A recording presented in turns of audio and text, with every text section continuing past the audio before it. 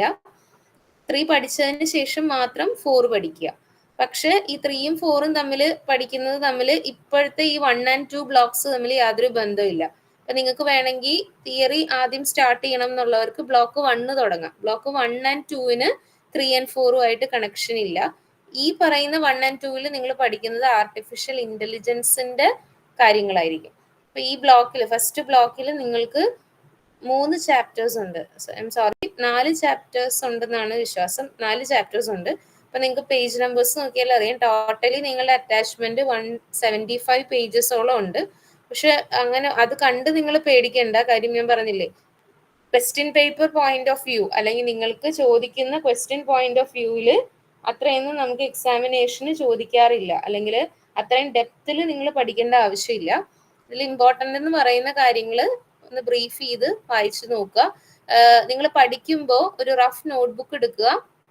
Even though theory ആണെങ്കിലും ഇപ്പോൾ ഒരു പർട്ടിക്കുലർ ക്വസ്റ്റ്യൻ, ആ ക്വസ്റ്റ്യൻ്റെ പോയിന്റ്സ് നിങ്ങൾ ജസ്റ്റ് ഒന്ന് നോട്ട് ചെയ്ത് പോവുക. അപ്പൊ ഡേ ബിഫോർ എക്സാമിനേഷൻ ഈ പറയുന്ന പോലെ ഒരു ബ്ലോക്ക് തന്നെ 175 പേജസ് ഉണ്ട്. അപ്പൊ ഈ 175 പേജും തലേന്ന് നിങ്ങൾക്ക് രണ്ടാമതിരുന്ന് റിവൈസ് ചെയ്യാൻ പറ്റില്ല. നിങ്ങൾക്ക് റിവൈസ് ചെയ്യണം എന്നുണ്ടെങ്കിൽ either you must have A PPT ഓറൽസ് നിങ്ങൾ തന്നെ പഠിക്കുന്ന സമയത്ത് മെയിൻ പോയിന്റ്സ് നിങ്ങൾ ലിസ്റ്റ് ചെയ്ത് ഏതെങ്കിലും ഒരു ബുക്കിൽ വെച്ചിട്ടുണ്ടെങ്കിൽ ആ പറയുന്ന അറ്റാച്ച്മെന്റ് നോക്കിയാലും മതിയാകും. ഈ ഒരു പെർട്ടിക്കുലർ സബ്ജക്റ്റ് ഞാൻ എൻ്റെ വർക്കിംഗ് പ്ലേസിൽ ഞാൻ ഈ ഒരു പേപ്പർ എടുക്കാത്തത് കൊണ്ട് എനിക്ക് ഇതിന് നോട്ട്സ് ഇല്ല. മെഷീൻ ലേണിംഗിന് മാത്രമേ എൻ്റെ കയ്യിൽ കുറച്ച് നോട്ട്സ് ഉള്ളൂ. ആർട്ടിഫിഷ്യൽ ഇന്റലിജൻസിന് എൻ്റെ പ്രിപ്പയർഡ് നോട്ട്സ് നിങ്ങൾക്ക് എൻ്റെ കയ്യിൽ ഇല്ല. അതുകൊണ്ടാണ് ഷെയർ ചെയ്യാത്തത്. പക്ഷെ ഇതിൽ ആവശ്യത്തിൽ കൂടുതൽ, അതായത് എക്സാം പോയിന്റിൽ കൂടുതൽ നിങ്ങൾക്ക് ഇതിൻ്റെ അകത്തുനിന്ന് തന്നെ, നിങ്ങളുടെ മെറ്റീരിയലിൻ്റെ അകത്തുനിന്ന് തന്നെ കിട്ടും. First unit introduction to artificial intelligence ആണ്. പ്യുവർലി തിയറി പേപ്പർ ആണ്, അല്ലെങ്കിൽ തിയറി മൊഡ്യൂൾ ആണ്. ഇതിൽ കുറച്ചെടുത്ത് ബ്ലോക്ക് ഡയഗ്രാംസ് ഉണ്ട്. അപ്പൊ ബ്ലോക്ക് ഡയഗ്രാം ഉള്ള ക്വസ്റ്റ്യനിൽ ബ്ലോക്ക് ഡയഗ്രാംസ് പഠിക്കുക. അല്ലാത്ത ക്വസ്റ്റ്യൻസിൽ വെറുതെ ഡെഫിനിഷൻസ്, അത് പ്രിപ്പയർഡ് ഡെഫിനിഷൻസ് ആവശ്യമില്ല. നിങ്ങളുടെ ഓൺ വേർഡ്സിൽ പറയാവുന്ന ഡെഫിനിഷൻസ്, പോയിന്റ്സ് ഇതൊക്കെ പഠിക്കാനുള്ളൂ. ബേസിക്സ് ഓഫ് ആർട്ടിഫിഷ്യൽ ഇന്റലിജൻസിൽ നിങ്ങൾ ആർട്ടിഫിഷ്യൽ ഇന്റലിജൻസ് എന്താന്ന് കാണും. അതിൽ ആർട്ടിഫിഷ്യൽ ഇന്റലിജൻസ് ഡിഫൈൻ ചെയ്യാൻ നിങ്ങൾ അറിഞ്ഞിരിക്കണം. അതായത് ഹ്യൂമൻ ബീയിങ്സ് തിങ്ക് ചെയ്യുന്നത് പോലെ മെഷീൻസിന് തിങ്ക് ചെയ്യാനുള്ള കാപ്പബിലിറ്റി കൊടുക്കുന്ന ബ്രാഞ്ച് ഓഫ് സ്റ്റഡീനെയാണ് നിങ്ങൾ ആർട്ടിഫിഷ്യൽ ഇന്റലിജൻസ് എന്ന് പറയുന്നത്. മെഷീൻ ലേണിംഗ് എന്ന് പറയുന്നത് മെഷീനെ ട്രെയിൻ ചെയ്യുന്ന പ്രോസസ് ആണെങ്കിൽ, ആർട്ടിഫിഷ്യൽ ഇന്റലിജൻസ് എന്ന് പറഞ്ഞാൽ huge amount of data provide ചെയ്ത് മെഷീൻസിന് ഇന്റലിജൻസ് പ്രൊവൈഡ് ചെയ്യുന്ന ബ്രാഞ്ചാണ്. രണ്ടും തമ്മിൽ വ്യത്യാസമുണ്ട്. ആർട്ടിഫിഷ്യൽ ഇന്റലിജൻസ് എന്ന് പറഞ്ഞാൽ it is making the system to think like human beings. Machine learning on the other hand they are techniques or algorithms by which you train the system. അപ്പോൾ machine learning എന്ന് പറയുമ്പോൾ അവിടെ നിങ്ങൾ learn ചെയ്യുന്നത് different അൽഗോരിതംസിനെ പറ്റിയിട്ടോ different ടെക്നിക്സിനെ പറ്റിയിട്ടോ ആയിരിക്കും. ഇവിടെ ടെക്നിക്കും അൽഗോരിതവും അല്ലെങ്കിൽ അപ്രോച്ചും ഒന്നും അല്ല പറയുന്നത്, നമ്മൾ എങ്ങനെ മെഷീൻ ലേൺ ചെയ്യുന്നു. അപ്പൊ മെഷീന്റെ ആസ്പെക്റ്റിൽ മെഷീനെ പറ്റി ചിന്തിക്കുന്ന ഫീൽഡാണ് ആർട്ടിഫിഷ്യൽ ഇന്റലിജൻസ്. അപ്പൊ അതിന്റെ ബേസിക്സ് അവിടെ നിന്ന് നിങ്ങൾക്ക് ഒരു 3 mark question, part A question expect ചെയ്യാം. ഹിസ്റ്ററി ഓഫ് ആർട്ടിഫിഷ്യൽ ഇന്റലിജൻസിൽ അങ്ങനെ കാര്യമായിട്ട് പഠിക്കാനില്ല, വേണമെങ്കിൽ വായിച്ചു വിടാം. അതായത് ആർട്ടിഫിഷ്യൽ ഇന്റലിജൻസിന്റെ ഹിസ്റ്ററിനെ പറ്റി പറയുവാണെങ്കിൽ 1500 അല്ലെങ്കിൽ ഈവൻ ബിയോണ്ട് ദാറ്റ് 1490s ഉൾത്തിരിഞ്ഞ ഒരു ശാഖയാണ് ഈ പറയുന്ന ആർട്ടിഫിഷ്യൽ ഇന്റലിജൻസ്. അതല്ലാതെ നമ്മളിപ്പോ വിചാരിക്കുന്ന പോലെ ഒരു 20th സെഞ്ച്വറിയിലോ 21st സെഞ്ച്വറിയിലോ ഒന്നും വന്ന ഒരു ആശയമല്ല ആർട്ടിഫിഷ്യൽ ഇന്റലിജൻസ്. വളരെ പണ്ട് തന്നെ, അതായത് ഈവൻ ഒരു ഹൈ എൻഡ് സിസ്റ്റം ഡെവലപ്പ് ചെയ്യുന്നതിന് മുന്നേ തന്നെ ഈ പറയുന്ന സിസ്റ്റത്തിന് ആർട്ടിഫിഷ്യൽ പ്രോപ്പർട്ടി അല്ലെങ്കിൽ ഇന്റലിജൻസ് പ്രോപ്പർട്ടി കൊടുക്കുന്നതിനെ പറ്റിയിട്ടുള്ള തോട്ട് പ്രോസസ്സ് വന്നായിരുന്നു. ആൻഡ് ഈ തോട്ട് പ്രോസസ്സ് ഇനീഷ്യേറ്റ് ചെയ്തത് കമ്പ്യൂട്ടർ സയന്റിസ്റ്റുകളല്ല, മാത്തമാറ്റീഷ്യൻസ് ആണ്. അന്ന് കമ്പ്യൂട്ടർ സയന്റിസ്റ്റ് എന്ന് പറയുന്ന ഒരു പ്രത്യേക വിഭാഗം ആളുകൾ കൂടെ ഉണ്ടായിരുന്നില്ല. മാത്തമാറ്റീഷ്യൻസ് ആണ് ഈ പറയുന്ന കൺസെപ്റ്റ്സ് പുട്ട് ഫോർത്ത് ചെയ്തത്. അങ്ങനെ അവർ പുട്ട് ഫോർത്ത് ചെയ്ത ഫസ്റ്റ് മോഡലിന്റെ പേരാണ് പെർസെപ്ട്രോൺ ലേണിംഗ് അൽഗോരിതം. പെർസെപ്ട്രോണിന്റെ മോഡൽ എന്ന് പറയുന്നത് നമ്മളുടെ ഈ സെൻട്രൽ നെർവസ് സിസ്റ്റത്തിൽ നമുക്കറിയാലോ lakhs and lakhs of neurons ഉണ്ട്. അപ്പൊ ഒരു ന്യൂറോൺ എങ്ങനെയാണോ പ്രോസസ് ചെയ്യുന്നത് ആ ഒരു ന്യൂറോണിന്റെ സ്ട്രക്ചറിനെ മിമിക് ചെയ്തിട്ടാണ് ഒരു പെർസെപ്ട്രോൺ മോഡല് വന്നത്. പെർസെപ്ട്രോൺ എന്ന വാക്ക് ഉപയോഗിക്കാൻ കാരണം എന്താണെന്ന് വെച്ചാൽ they perceive or they receive like stimulus from the environment and process the similar and get stimulus and get the result. ആ ഒരു കൺസെപ്റ്റ് ഉള്ളത് കൊണ്ടാണ് അതിനെ പെർസെപ്ട്രോൺ എന്ന് പറയുന്ന വാക്കുകൊണ്ട് ഉദ്ദേശിച്ചത്. പിന്നെ ഈ 1500-കളിൽ വന്ന ആ ഒരു ആശയം എന്തുകൊണ്ട് ആ സമയത്ത് ഡെവലപ്പ് ചെയ്തില്ല എന്ന് ചോദിച്ചാൽ ഒറ്റ റീസണേ ഉള്ളൂ, അന്ന് നമുക്ക് പ്രോസസ്സ് ചെയ്യാനായിട്ട് അതിന് എലിജിബിൾ ആയിട്ടുള്ള മെഷീൻസ് നമുക്ക് ഉണ്ടായിരുന്നില്ല. അപ്പോൾ ഹിസ്റ്ററി സാധാരണഗതിയിൽ ക്വസ്റ്റ്യൻ ഒന്നും വരാറില്ല. ഹിസ്റ്ററിനെ പറ്റി നമ്മൾ അറിഞ്ഞിരിക്കേണ്ട കാര്യങ്ങൾ എങ്ങനെയാണ്, പണ്ടുണ്ടായിരുന്ന ടെക്നോളജിയാണ്, അല്ലാതെ ഒരു പുതിയ ടെക്നോളജി അല്ല. പക്ഷെ അന്ന് ഡെവലപ്പ് ചെയ്യാൻ നമുക്ക് നമ്മുടേതായിട്ടുള്ള ലിമിറ്റേഷൻസ് ഉണ്ടായിരുന്നു. പിന്നെ ഈ 21st സെഞ്ചുറിയിലെല്ലാം നാനോ കമ്പ്യൂട്ടിംഗ് പോലെയുള്ള സൂപ്പർ കമ്പ്യൂട്ടിംഗ് വന്നപ്പോൾ ഈ കമ്പ്യൂട്ടേഷണൽ സ്പീഡ് അല്ലെങ്കിൽ മെമ്മറി എന്ന് പറയുന്നത് നമുക്കൊരു കൺസേൺ അല്ലാതെയായി. അപ്പോഴാണ് നമ്മൾ ഈ പറയുന്ന അൽഗോരിതംസ് ഡെവലപ്പ് ചെയ്യാനും ആ അൽഗോരിതം ഇംപ്ലിമെന്റ് ചെയ്യാനും സ്റ്റാർട്ട് ചെയ്തത്. ഇതാണ് from the beginning till this point artificial ഇന്റലിജൻസിന്റെ ഹിസ്റ്ററി നമ്മൾ പറയുമ്പോൾ. ഇന്ന് AI ബേസിക്കലി എല്ലാ ഫീൽഡുകളിലും ഉണ്ട്. കോമ്പണൻസ് ഓഫ് AIക്ക് ബേസിക്കലി എത്ര കോമ്പണൻസ് ഉണ്ടെന്ന് പറയുന്നുണ്ട്. വൺ വേർഡ് അല്ലെങ്കിൽ വൺ സെന്റൻസ് ഒക്കെ ആയിട്ട്, അതായത് 3-4 കോമ്പണൻസ് ഉണ്ട്. അപ്പൊ അതൊന്ന് വാട്ട് ഇസ് ദാറ്റ് എന്ന് പറയുമ്പോൾ തന്നെ നിങ്ങളുടെ short answer type question answer ആയി. Approaches to artificial intelligence actually speaking നിങ്ങൾ കഴിഞ്ഞ ML നിങ്ങൾ ഡിസ്കസ് ചെയ്ത് പോയിട്ടുള്ളതാണ്. ലേണിംഗ് ടെക്നിക്, അവിടെ ലേണിംഗ് ടെക്നിക് എന്നാണ് പറയുന്നതെന്നുണ്ടെങ്കിൽ ഇവിടെ അപ്രോച്ച് എന്ന് വിളിക്കുന്നു. But both are the same. അതായത് സൂപ്പർവൈസ്ഡ് അൺസൂപ്പർവൈസ്ഡ് റെയിൻഫോഴ്സ്മെന്റ്, എന്താണ് ഇവ മൂന്ന് തമ്മിലുള്ള വ്യത്യാസം എന്നുള്ളത് ML പഠിച്ചിട്ടുണ്ട്. അത് തന്നെ ഇവരിവിടെ അപ്രോച്ചസ് ടു ആർട്ടിഫിഷ്യൽ ഇന്റലിജൻസ് എന്ന് വേറൊരു ടൈറ്റിലിൽ പറയുന്നു. Answer is both the same. Comparison of AI ML and deep ലേണിംഗിൽ പറയുന്നത് ആർട്ടിഫിഷ്യൽ ഇന്റലിജൻസ് എന്ന് പറയുന്നതാണ് നമ്മുടെ സൂപ്പർ സെറ്റ്. അതായത് മെഷീൻസിനെ നമുക്ക് തിങ്ക് ചെയ്യിപ്പിക്കണം, ആ തിങ്ക് ചെയ്യിപ്പിക്കാനായിട്ട് എന്തെല്ലാം ചെയ്യാം എന്നുള്ളതാണ് എന്ന് പറഞ്ഞു വരുമ്പോൾ you can see that AI is the superset. അതിൽ ഒരു പോർഷൻ ഓഫ് അൽഗോരിതത്തിനെയാണ് അല്ലെങ്കിൽ അതിന്റെ ലേണിംഗ് ടെക്നിക്സിനെ മാത്രമാണ് നിങ്ങൾ ML എന്ന് പറയുന്നത്. അപ്പൊ AIയുടെ ഒരു സബ്സെറ്റ് ആയിട്ട് വരും ഈ ML, അതിന്റെയും ഒരു സബ്സെറ്റ് ആയിട്ട് വരും ഈ ഡീപ്പ് ലേണിംഗ്. അപ്പൊ ആ കമ്പാരിസണിൽ നിന്നും പിന്നെ ഈ അപ്രോച്ചസ് ടു ആർട്ടിഫിഷ്യൽ ഇന്റലിജൻസ് നിങ്ങൾക്ക് വേണമെങ്കിൽ നോട്ട് ചെയ്ത് വെക്കാം. 1.3-ൽ നിന്ന് ഡെഫിനിഷൻ ക്വസ്റ്റ്യൻ എക്സ്പെക്ട് ചെയ്യാം. 1.4 സാധാരണഗതിയിൽ എക്സാമിന് ചോദിക്കാറില്ല. 1.5-ഉം 1.6-ഉം 1.7-ഉം ഈ മൂന്നിടത്തുനിന്ന് നിങ്ങൾക്ക് ക്വസ്റ്റ്യൻസ് എക്സ്പെക്ട് ചെയ്യാം. അതും short answer type questions. It is not like essay question അല്ല അവിടെ നിന്ന് ചോദിക്കുന്നത്, short answer type questions expect ചെയ്യാം. കോമ്പണൻസ് ചോദിക്കുമ്പോൾ 4-5 കോമ്പണൻസ് ഉണ്ട്, ഡെഫിനിഷൻ മാത്രം പഠിക്കുക. അപ്രോച്ചസ് ടു AIയിൽ സൂപ്പർവൈസ്ഡ് അൺസൂപ്പർവൈസ്ഡ് റെയിൻഫോഴ്സ്മെന്റ്, അതും ഈ പറഞ്ഞതുപോലെ ഡെഫിനിഷൻസ് അല്ലെങ്കിൽ ആ ഒരു എക്സ്പ്ലനേഷൻ പ്ലസ് അതിന്റെ ഒരു എക്സാമ്പിൾ കൂടെ പറയുക. കമ്പാരിസണിൽ നിങ്ങൾ ആ ഒരു വെൻ ഡയഗ്രാം പോലെയുള്ള ഒരു സർക്കുലർ ഡയഗ്രാം ഉണ്ട്, ആ ഡയഗ്രാം വരച്ചിട്ട് അതിന്റെ കാര്യങ്ങൾ നോക്കുക. ആപ്ലിക്കേഷൻ ഏരിയാസ് ഓഫ് AI എന്നൊക്കെ പറഞ്ഞ ഈ ഹിസ്റ്ററി പോലെ തന്നെയാണ്. എല്ലാ ഏരിയയിലും AI ഉള്ളത് കൊണ്ട് തന്നെ ആപ്ലിക്കേഷൻ ഏരിയ നിങ്ങൾക്ക് എന്ത് ഏരിയ വേണമെങ്കിലും നിങ്ങൾക്ക് എഴുതാം. അതൊന്നും വായിക്കണം എന്നില്ല, ഓൺവേർഡ്സിൽ എഴുതാവുന്ന ക്വസ്റ്റ്യൻസ് ആണ്. അതുപോലെ തന്നെ ഇന്റലിജന്റ് സിസ്റ്റംസ്, ഇന്റലിജന്റ് ഏജൻസ് എന്ന് പറയുന്ന ഒരു ടോപ്പിക് ഉണ്ട്. അവിടെ നിന്നും ഈ പറഞ്ഞതുപോലെ short answer type question expect ചെയ്യാം, ചോദിച്ചു കണ്ടിട്ടില്ല. അതായത് വൺ ഓർ ദ അതർ ഫോമിൽ നമ്മളുടെ എൻവയോൺമെന്റിൽ നിന്ന് സ്റ്റിമുലസ് എടുത്ത് അതിനെ പ്രോസസ് ചെയ്ത് കറസ്പോണ്ടിങ് റെസ്പോൺസ് ജനറേറ്റ് ചെയ്യുന്ന മെഷീൻസിനെയാണ് നിങ്ങൾ ഇന്റലിജന്റ് ഏജൻസ് എന്ന് പറയുന്നത്. അപ്പോൾ അവിടെ നമ്മൾ മനസ്സിലാക്കേണ്ട ഒരു കാര്യം, ഇൻപുട്ട് എടുക്കുന്നതും ഔട്ട്പുട്ട് പുറത്തേക്ക് വിടുന്നതും അവര് സെൻസേഴ്സ് വെച്ചിട്ടായിരിക്കും. ഇൻപുട്ട് റിസീവ് ചെയ്യുന്നത് സെൻസർ വെച്ചിട്ടാണ്, കറസ്പോണ്ടിങ് സെൻസർ വെച്ചിട്ടാണ്.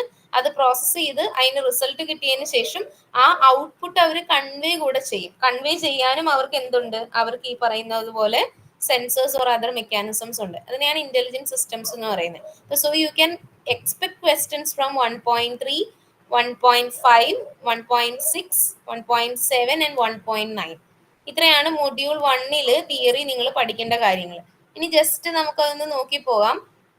നമ്മൾ പറഞ്ഞിട്ടുള്ള കാര്യങ്ങളൊക്കെ തന്നെയാണ്, പക്ഷെ ഇത് വായിച്ച് ഇൻഡെപ്ത് എലാബറേറ്റ് ചെയ്യാൻ പോയി കഴിഞ്ഞാൽ we won't be able to cover up the portion. അതുകൊണ്ടാണ് ഞാൻ ഇങ്ങനെ പറഞ്ഞു പോകുന്നത്. നിങ്ങൾ പഠിക്കുമ്പോൾ എന്തെങ്കിലും നിങ്ങൾക്ക് പ്രോബ്ലംസ് ഉണ്ടെങ്കിൽ അല്ലെങ്കിൽ ഡൗട്ട്സ് ഉണ്ടെങ്കിൽ യു ക്യാൻ ആസ്ക് മീ.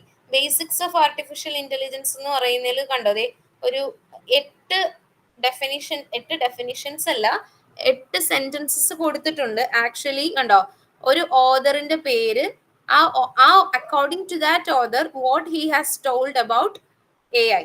അതായത് പല സമയങ്ങളിൽ ജീവിച്ചിരുന്ന പല പല സയന്റിസ്റ്റുകൾ AI എന്താന്ന് അവരുടേതായിട്ടുള്ള സെന്റൻസിൽ അവർ ഡിഫൈൻ ചെയ്യുന്നു എന്നേ ഉള്ളൂ. പക്ഷെ സെന്റൻസസ് വായിച്ചു നോക്കിയാൽ നിങ്ങൾക്ക് മനസ്സിലാകും അവർ യൂസ് ചെയ്തിട്ടുള്ള ലാംഗ്വേജ് അല്ലെങ്കിൽ ആ ഒരു എന്താ പറയുന്നത് ആ ഒരു സ്പിയർ ചിലപ്പോൾ ഡിഫറെന്റ് ആയിരിക്കും.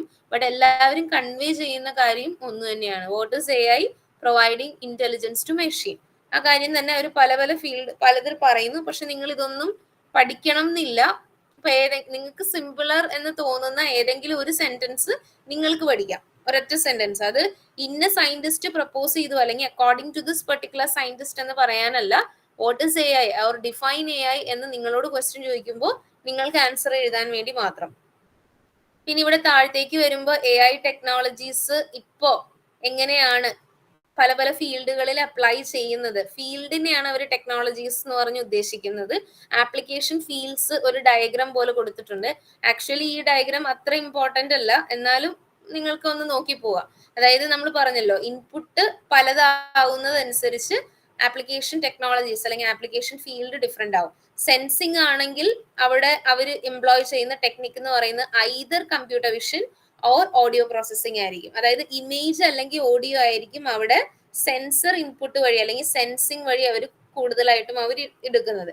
ഇനി കോംപ്രിഹെൻഡ് ആണ് അവരുടെ മെയിൻ ഓപ്പറേഷൻ അല്ലെങ്കിൽ അവർ ഫോക്കസ് ചെയ്യുന്ന ഏരിയ എങ്കിൽ അത് ഒന്നെങ്കിൽ നോളജ് റെപ്രസെന്റേഷൻ ആയിരിക്കും അല്ലെങ്കിൽ നാച്ചുറൽ ലാംഗ്വേജ് പ്രോസസ്സിംഗ് ആയിരിക്കും, നിങ്ങൾക്ക് അറിയാവുന്നത് പോലെ. ഇനി ആക്ടിങ് ആണെന്നുണ്ടെങ്കിൽ മാത്രമാണ് നമ്മൾ പറഞ്ഞില്ലേ supervised and classification, clustering, reinforcement, ഇതെല്ലാം മെഷീൻ ലേണിംഗിന്റെ അണ്ടറിൽ വരും. ഒന്നെങ്കിൽ മെഷീൻ ലേണിംഗ് ആയിരിക്കാം അല്ലെങ്കിൽ എക്സ്പേർട്ട് സിസ്റ്റം ആയിരിക്കാം. ഇനി എന്തുവാണ് ഈ എക്സ്പേർട്ട് സിസ്റ്റം എന്ന് പറഞ്ഞാല് ML ബേസിക്കലി ലേണിംഗ് ഹാപ്പൻ ചെയ്യുന്നുണ്ട്. പക്ഷെ ലേണിംഗ് അല്ല, മഗ്ഗിങ് അല്ലെങ്കിൽ ബൈ ഹാർട്ടിങ് മാത്രമാണ് ഈ എക്സ്പേർട്ട് സിസ്റ്റത്തിൽ നടക്കുന്നത്. അതാണ് മെഷീൻ ലേണിംഗും എക്സ്പേർട്ട് സിസ്റ്റവും തമ്മിലുള്ള വ്യത്യാസം. അതായത് കുറച്ച് ഇൻപുട്സ് നിങ്ങൾ എടുക്കുന്നു, ആ ഇൻപുട്സിന് കറസ്പോണ്ടിങ് ആയിട്ട് പോസിബിൾ ആയിട്ടുള്ള എല്ലാ ഔട്ട്പുട്സും നമ്മൾ അവരെ പഠിപ്പിക്കുന്നു. നിങ്ങൾ ഈ ചാറ്റ് ബോട്ട് നിങ്ങൾ കണ്ടിട്ടുണ്ടെങ്കിൽ it is an example for expert system. ഒരു പെർട്ടിക്കുലർ ഫസ്റ്റ് ക്വസ്റ്റിന് all possible sets of answers നമ്മൾ അതിന് ട്രെയിൻ ചെയ്ത് വെച്ചിരിക്കും. അപ്പൊ ആ ഒരു ഏത് ഔട്ട്പുട്ട് ആണോ ഏത് ആൻസർ ആണോ വരുന്നത് അതിനനുസരിച്ച് അവരെന്ത് ചെയ്യും, നെക്സ്റ്റ് ക്വസ്റ്റിനെ അവർ ഫ്രെയിം ചെയ്യും. അവിടെ ഒരിക്കലും ഇന്റലിജൻസ് ഹാപ്പൻ ചെയ്യുന്നില്ല. അതായത് സിസ്റ്റം ഒരു അവര് കോഡ് ഡിഫൈൻ ചെയ്യാത്ത ഒരു സിനാരിയോ വന്നു കഴിഞ്ഞാൽ എന്ത് ചെയ്യും എന്നുള്ളത് എന്തല്ല ഈ പറയുന്ന സിസ്റ്റത്തിൽ ഡിഫൈൻഡ് അല്ല. പിന്നെ ചില കേസസിലല്ല മിക്ക കേസസിലും എക്സ്പേർട്ട് സിസ്റ്റംസ് എന്ന് പറയുന്ന ഒരു ഡൊമെയിൻ സ്പെസിഫിക്കും ആയിരിക്കും. അങ്ങനെ കുറച്ച് കാര്യങ്ങൾ ഓർക്കുക. ആർട്ടിഫിഷ്യൽ ഇന്റലിജൻസിന്റെ ക്ലാസിഫിക്കേഷൻസ് ഉണ്ട്. നമ്മൾക്ക് ടൈപ്പ് 1ഉം ടൈപ്പ് 2ഉം AI ടെക്നിക്സ് ഉണ്ട്. ടൈപ്പ് 1 എന്ന് പറയുന്നത് ഈ പറയുന്ന AI എങ്ങനെ പഠിക്കുന്നു അല്ലെങ്കിൽ എങ്ങനെ ലേൺ ചെയ്യുന്നു എന്നതിനെ ബേസ് ചെയ്തിട്ടാണ്. ടൈപ്പ് 2 എന്ന് പറയുന്നത് അവരുടെ റോളിനെ ബേസ് ചെയ്തിട്ടാണ് നമ്മൾ സെക്കൻഡ് ടൈപ്പ് കൊടുക്കുന്നത്. അതായത് വി ഹാവ് റിയാക്റ്റീവ് മെഷീൻ, അതിൽ തന്നെ ലിമിറ്റഡ് മെമ്മറി ഉള്ള റിയാക്റ്റീവ് മെഷീൻസ് ഉണ്ട്, അല്ലെങ്കിൽ മൈൻഡ് റീഡിങ് അല്ലെങ്കിൽ തിയറി ഓഫ് മൈൻഡ് കൺസെപ്റ്റിൽ വർക്ക് ചെയ്യുന്ന AI മെഷീൻസ് ഉണ്ട്, സെൽഫായിട്ട് അഡ്ജസ്റ്റ് ചെയ്യുന്ന പാരാമീറ്റർ ട്യൂൺ ചെയ്യുന്ന അല്ലെങ്കിൽ ഒറ്റ വാക്കിൽ നമ്മൾ സെൽഫ് അവയർനെസ് എന്ന് പറയും, self awareness type of AI machines ഉണ്ട്. അങ്ങനെ ചെയ്യുന്ന റോളിനെ ബേസ് ചെയ്തിട്ട് നിങ്ങൾക്ക് ടൈപ്പ് 2 ഡിഫൈൻ ചെയ്യാം. ടൈപ്പ് 1 എന്ന് പറയുന്നത് കുറച്ചുകൂടെ എത്രത്തോളം, അതായത് ഏത് ലെവൽ വരെ AI വർക്ക് ചെയ്യുന്നു എന്നതിനെ ബേസ് ചെയ്തിട്ടാണ് നമുക്ക് ടൈപ്പ് 1 വരുന്നത്. നാരോ AI ഉണ്ട്, ജനറൽ AI ഉണ്ട്, അതുപോലെ തന്നെ സൂപ്പർ ഇന്റലിജൻസ് AI ഉണ്ട്. അപ്പൊ നാരോ AI എന്താന്ന് വെച്ചാൽ അവർ ഒരു ഏരിയ മാത്രമേ അവർ സ്പെസിഫൈ ചെയ്യുള്ളൂ, അല്ലെങ്കിൽ സ്പെസിഫിക് ആയിട്ട് ആ ഏരിയ മാത്രമേ പഠിക്കുകയുള്ളൂ, അതിലെ പ്രോബ്ലംസ് മാത്രമേ സോൾവ് ചെയ്യുള്ളൂ. അതാണ് artificial narrow intelligence. General intelligence എന്ന് പറഞ്ഞാൽ അവര് ഹ്യൂമൻ ബീയിങ്സിനെ പോലെ തന്നെ സ്മാർട്ടായിട്ട് വർക്ക് ചെയ്യും. ജനറലി എങ്ങനെയാണോ ഹ്യൂമൻസ് വർക്ക് ചെയ്യുന്നത് അതുപോലെ തന്നെ അതേ സ്പീഡ്, അതേ കമ്പ്യൂട്ടേഷണൽ പവർ, ആ രീതിയിൽ പെർഫോം ചെയ്യാനായിട്ട് ആർട്ടിഫിഷ്യൽ ജനറൽ ഇന്റലിജൻസിന് പറ്റും. ഇനി സൂപ്പർ ഇന്റലിജൻസ് എന്ന് പറയുമ്പോൾ അവര് ബേസിക്കലി ഒരു ഹ്യൂമൻ ബീയിങ് എങ്ങനെ വർക്ക് ചെയ്യുന്നു അതിന്റെ 4 ഇരട്ടി സ്പീഡിൽ വർക്ക് ചെയ്യണം അല്ലെങ്കിൽ ചെയ്യും എന്നാണ് തിയറിറ്റിക്കലി പറയുന്നത്. പക്ഷെ എല്ലാ കേസസിലും നമുക്ക് ഈ പറയുന്ന പോലെ സൂപ്പർ ഇന്റലിജൻസ് അപ്ലൈഡ് അല്ല, അല്ലെങ്കിൽ അപ്ലൈ ചെയ്ത് സക്സസ്ഫുൾ ആയിട്ടുള്ള മോഡൽസ് ഇല്ല. But basically speaking super intelligence എന്ന് പറഞ്ഞാൽ ഹ്യൂമൻ ക്യാപ്പബിലിറ്റിനേലും മച്ച് സ്മാർട്ടർ ആയിട്ട് വർക്ക് ചെയ്യണം. അപ്പോഴേ നമുക്ക് ആർട്ടിഫിഷ്യൽ സൂപ്പർ ഇന്റലിജൻസ് എന്ന് പറയാനായിട്ട് പറ്റുള്ളൂ. So you have narrow A I, you have general A I and you have super intelligence A I. 3 category type 1ലും പിന്നീട് ആപ്ലിക്കേഷൻ സ്പെസിഫിക് ആയിട്ട് ടൈപ്പ് 2ൽ എനിക്ക് പറയാനുള്ളത്, ടൈപ്പ് 1 ഇസ് കംപ്ലീറ്റ്. ഈ ഡയഗ്രത്തിൽ ടൈപ്പ് 1ൽ ആകെ നമുക്ക് 3 കാറ്റഗറി ഉള്ളൂ. ടൈപ്പ് 2ൽ 4 കാറ്റഗറി അല്ല, അതിൽ കൂടുതൽ കാറ്റഗറി ഉണ്ട്. അതിൽ 4 എണ്ണമാണ് ഇവിടെ ലിസ്റ്റ് ചെയ്തിരിക്കുന്നതേ ഉള്ളൂ. ടൈപ്പ് 2ൽ ആപ്ലിക്കേഷൻ സ്പെസിഫിക് ആയിട്ട് ഒത്തിരി കാറ്റഗറീസ് അവൈലബിൾ ഉണ്ട്. ഏതെങ്കിലും 2 or 3 ഇതുപോലെ ഡയഗ്രാം വരയ്ക്കുമ്പോൾ അതിൽ ഇതാക്കുക. ഹിസ്റ്ററി ഞാൻ പറഞ്ഞതുപോലെ കണ്ടോ, 17th century BC 384 തുടങ്ങി എന്തൊക്കെ വന്നു, എങ്ങനെയൊക്കെ വന്നു എന്നൊക്കെ ഉള്ള കുറേ കാര്യങ്ങൾ ഇവിടെ പറയുന്നുണ്ട്. ഇവിടെ നിന്നും എക്സാം പോയിന്റിൽ ക്വസ്റ്റ്യൻ ഇല്ല, ജസ്റ്റ് വേണമെങ്കിൽ വായിച്ചു വിടുക, അത്രയേ ഉള്ളൂ. കോമ്പണൻസ് ഓഫ് എ ഐയിൽ AI കോമ്പണൻസിൽ ഫസ്റ്റ് തിങ് ഇസ് ലേണിംഗ് എന്താണെന്ന് നമുക്കറിയാം. ഡേറ്റ കൊടുത്തിട്ട് മെഷീൻ അതിനനുസരിച്ച് ലേൺ ചെയ്യിപ്പിക്കുന്നു. അപ്പൊ ലേണിംഗ് പല രീതിയിലുണ്ട്. 5 കാറ്റഗറീസ് ഉണ്ട്. അതും ഈ പറഞ്ഞ പോലെ 5 മാർക്കിന്റെ ക്വസ്റ്റ്യൻ, ഷോർട്ട് ആൻസർ ക്വസ്റ്റ്യൻ ആയിട്ട് എഴുതാം. ഇവിടെ പാരഗ്രാഫ് ആയിട്ട് കൊടുത്തിട്ടുണ്ട്. നിങ്ങൾക്ക് അത്രയൊന്നും ആവശ്യമില്ല. ഞാൻ പറഞ്ഞില്ലേ, ഈ ഒരു 2 ബ്ലോക്ക് പഠിക്കുമ്പോൾ എക്സാം ഓറിയന്റഡ് ആയിട്ട് പഠിച്ചാൽ മാത്രമേ നിങ്ങൾക്ക് ഇത് കവർ ചെയ്യാനായിട്ട് പറ്റുള്ളൂ. അല്ലെങ്കിൽ നിങ്ങൾ ഇങ്ങനെ ഇരുന്ന് വായിക്കും, അത്രയൊന്നും നമുക്ക് എക്സാമിന് ആവശ്യമില്ല. എക്സാം ഓറിയന്റഡ് ആയിട്ട് പഠിക്കുക. Rote learning means by heart learning, memorising. Learning by instruction means you are giving commands and learning only that commands. നമ്മൾ ഈ ഡിസിഷൻ ട്രീ പറയുന്നത് പോലെ giving some commands, learning that commands. ആ കമാൻഡിന്റെ അപ്പുറത്തേക്ക് എന്ത് വന്നു എന്ന് ചോദിച്ചാൽ you don't have the answer, അല്ലെ? Not you, machine don't have the answer. Learning by analogy means similar kind learn ചെയ്യുക. ഒരു പ്രോബ്ലം നമ്മൾ പഠിപ്പിച്ചെങ്കിൽ അതുമായിട്ട് സിമിലർ ആയിട്ടുള്ള പ്രോബ്ലംസ് വരുമ്പോൾ മെഷീനിൽ ലേൺ ചെയ്യാനായിട്ട് പറ്റണം.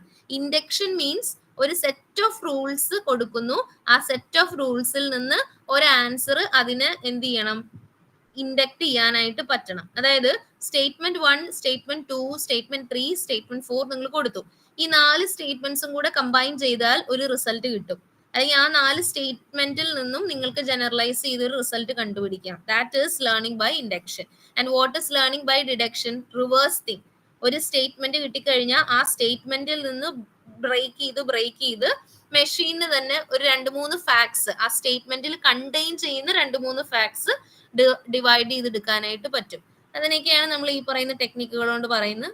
എസ്സേ അല്ല, ആ രീതിയിൽ ഷോർട്ട് ആൻസർ ആയിട്ട് പഠിക്കുക.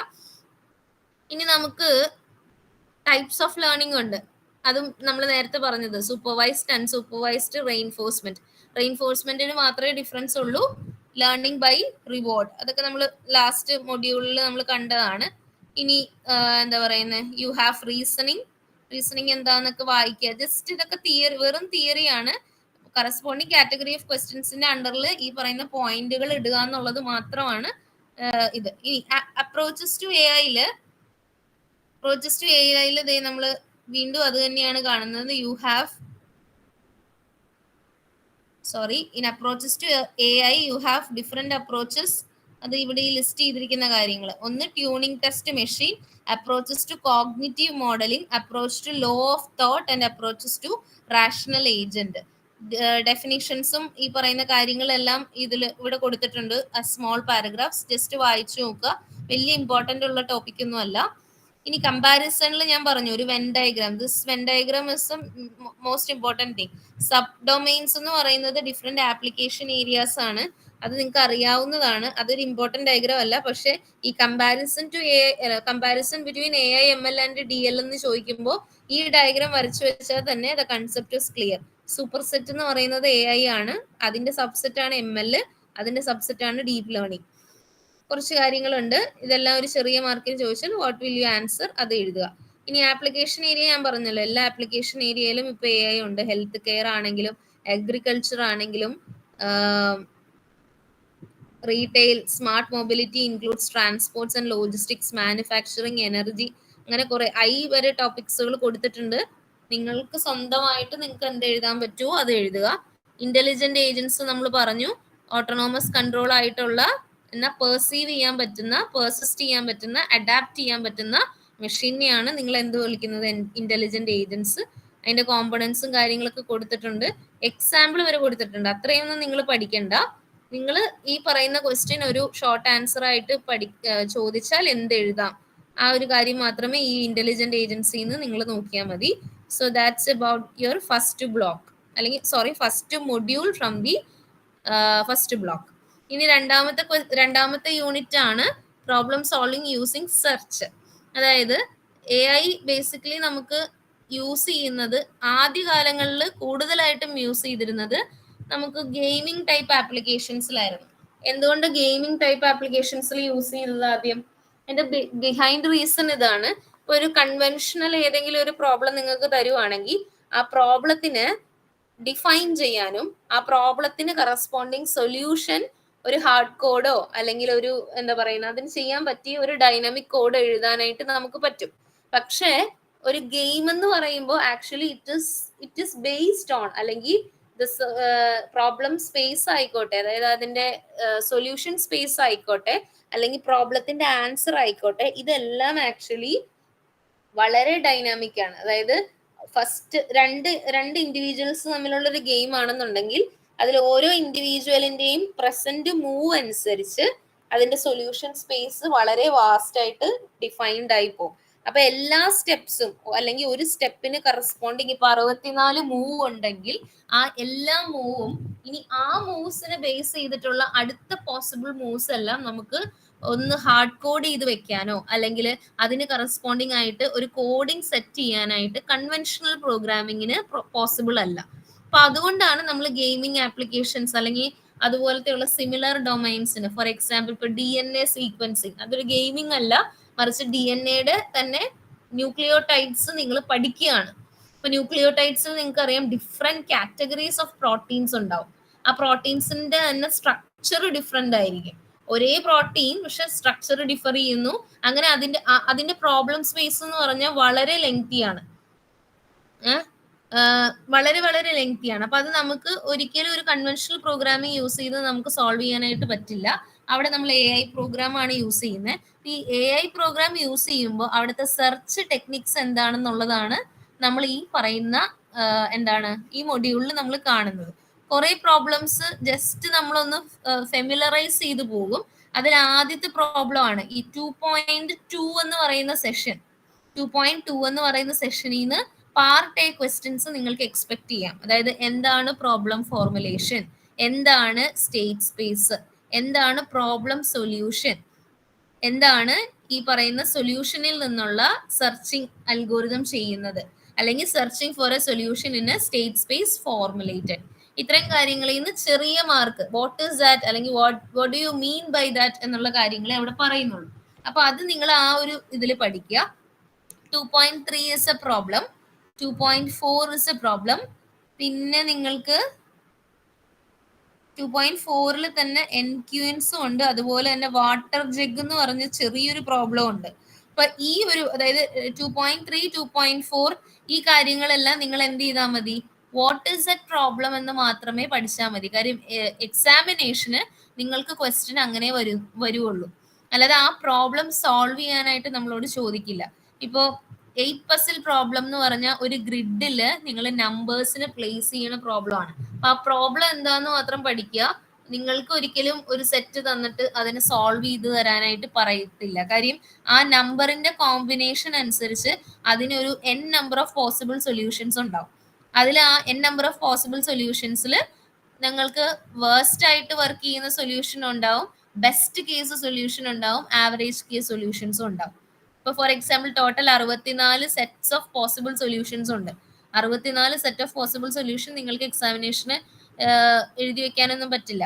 അതുകൊണ്ടാണ് പറഞ്ഞത് പ്രോബ്ലം എന്താണ്, ബേസിക് പ്രോബ്ലം ഡെഫിനിഷൻ ആണ് ഈ 3 കാര്യങ്ങളിൽ നിങ്ങൾ പഠിക്കേണ്ടത്. അതല്ലാതെ സൊല്യൂഷൻ നിങ്ങൾക്ക് വേണ്ട. പിന്നെ താഴത്തേക്ക് വരുമ്പോൾ there is an algorithm which is known as minmax search algorithm. Minmax algorithm and അതിൽ തന്നെ മിൻമാക്സ് അൽഗോരിതം കുറച്ചുകൂടെ എഫിഷ്യന്റ് ആയിട്ട് വർക്ക് ചെയ്യാനായിട്ട് process which is known as alpha beta pruning എന്ന് പറയുന്ന ഒരു പ്രോസസ് ഉണ്ട്. അത് നിങ്ങൾ പഠിക്കേണ്ടതായിട്ടുണ്ട്. അപ്പൊ ആൽഫ ബീറ്റ പ്രൂണിങ്ങിൽ നമ്മൾ ചെയ്യുന്നത് എന്താന്ന് വെച്ചാൽ അതിന്റെ സെർച്ചിങ് എഫിഷ്യന്റ് ആക്കാൻ വേണ്ടി കുറച്ച് ട്രീയിലുള്ള കുറച്ച് ബ്രാഞ്ചസിന് നമ്മൾ എന്ത് ചെയ്യും, നമ്മൾ എലിമിനേറ്റ് ചെയ്ത് കളയും അല്ലെങ്കിൽ റിമൂവ് ചെയ്ത് കളയും.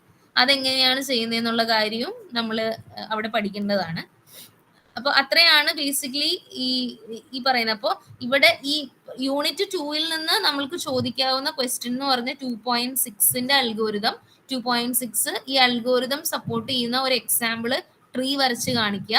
ഇനി അതിൽ തന്നെ ആൽഫ ബീറ്റ പ്രൂണിങ് ചെയ്യുമ്പോൾ how can this be like അതെങ്ങനെയാണ് എഫിഷ്യന്റ് ആകുന്നത് എന്നുള്ള കാര്യമാണ് നമ്മളോട് എസ്സേ ചോദിക്കുന്നത്.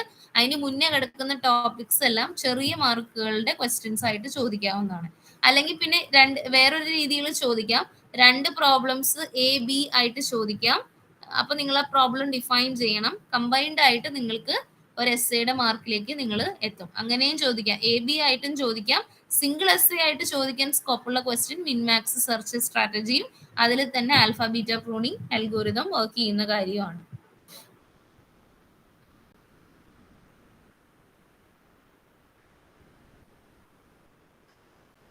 So we can look into the second module. പെട്ടെന്ന് ഞാൻ ഈ പറഞ്ഞ കാര്യങ്ങളൊന്ന് പറഞ്ഞു പോകാം.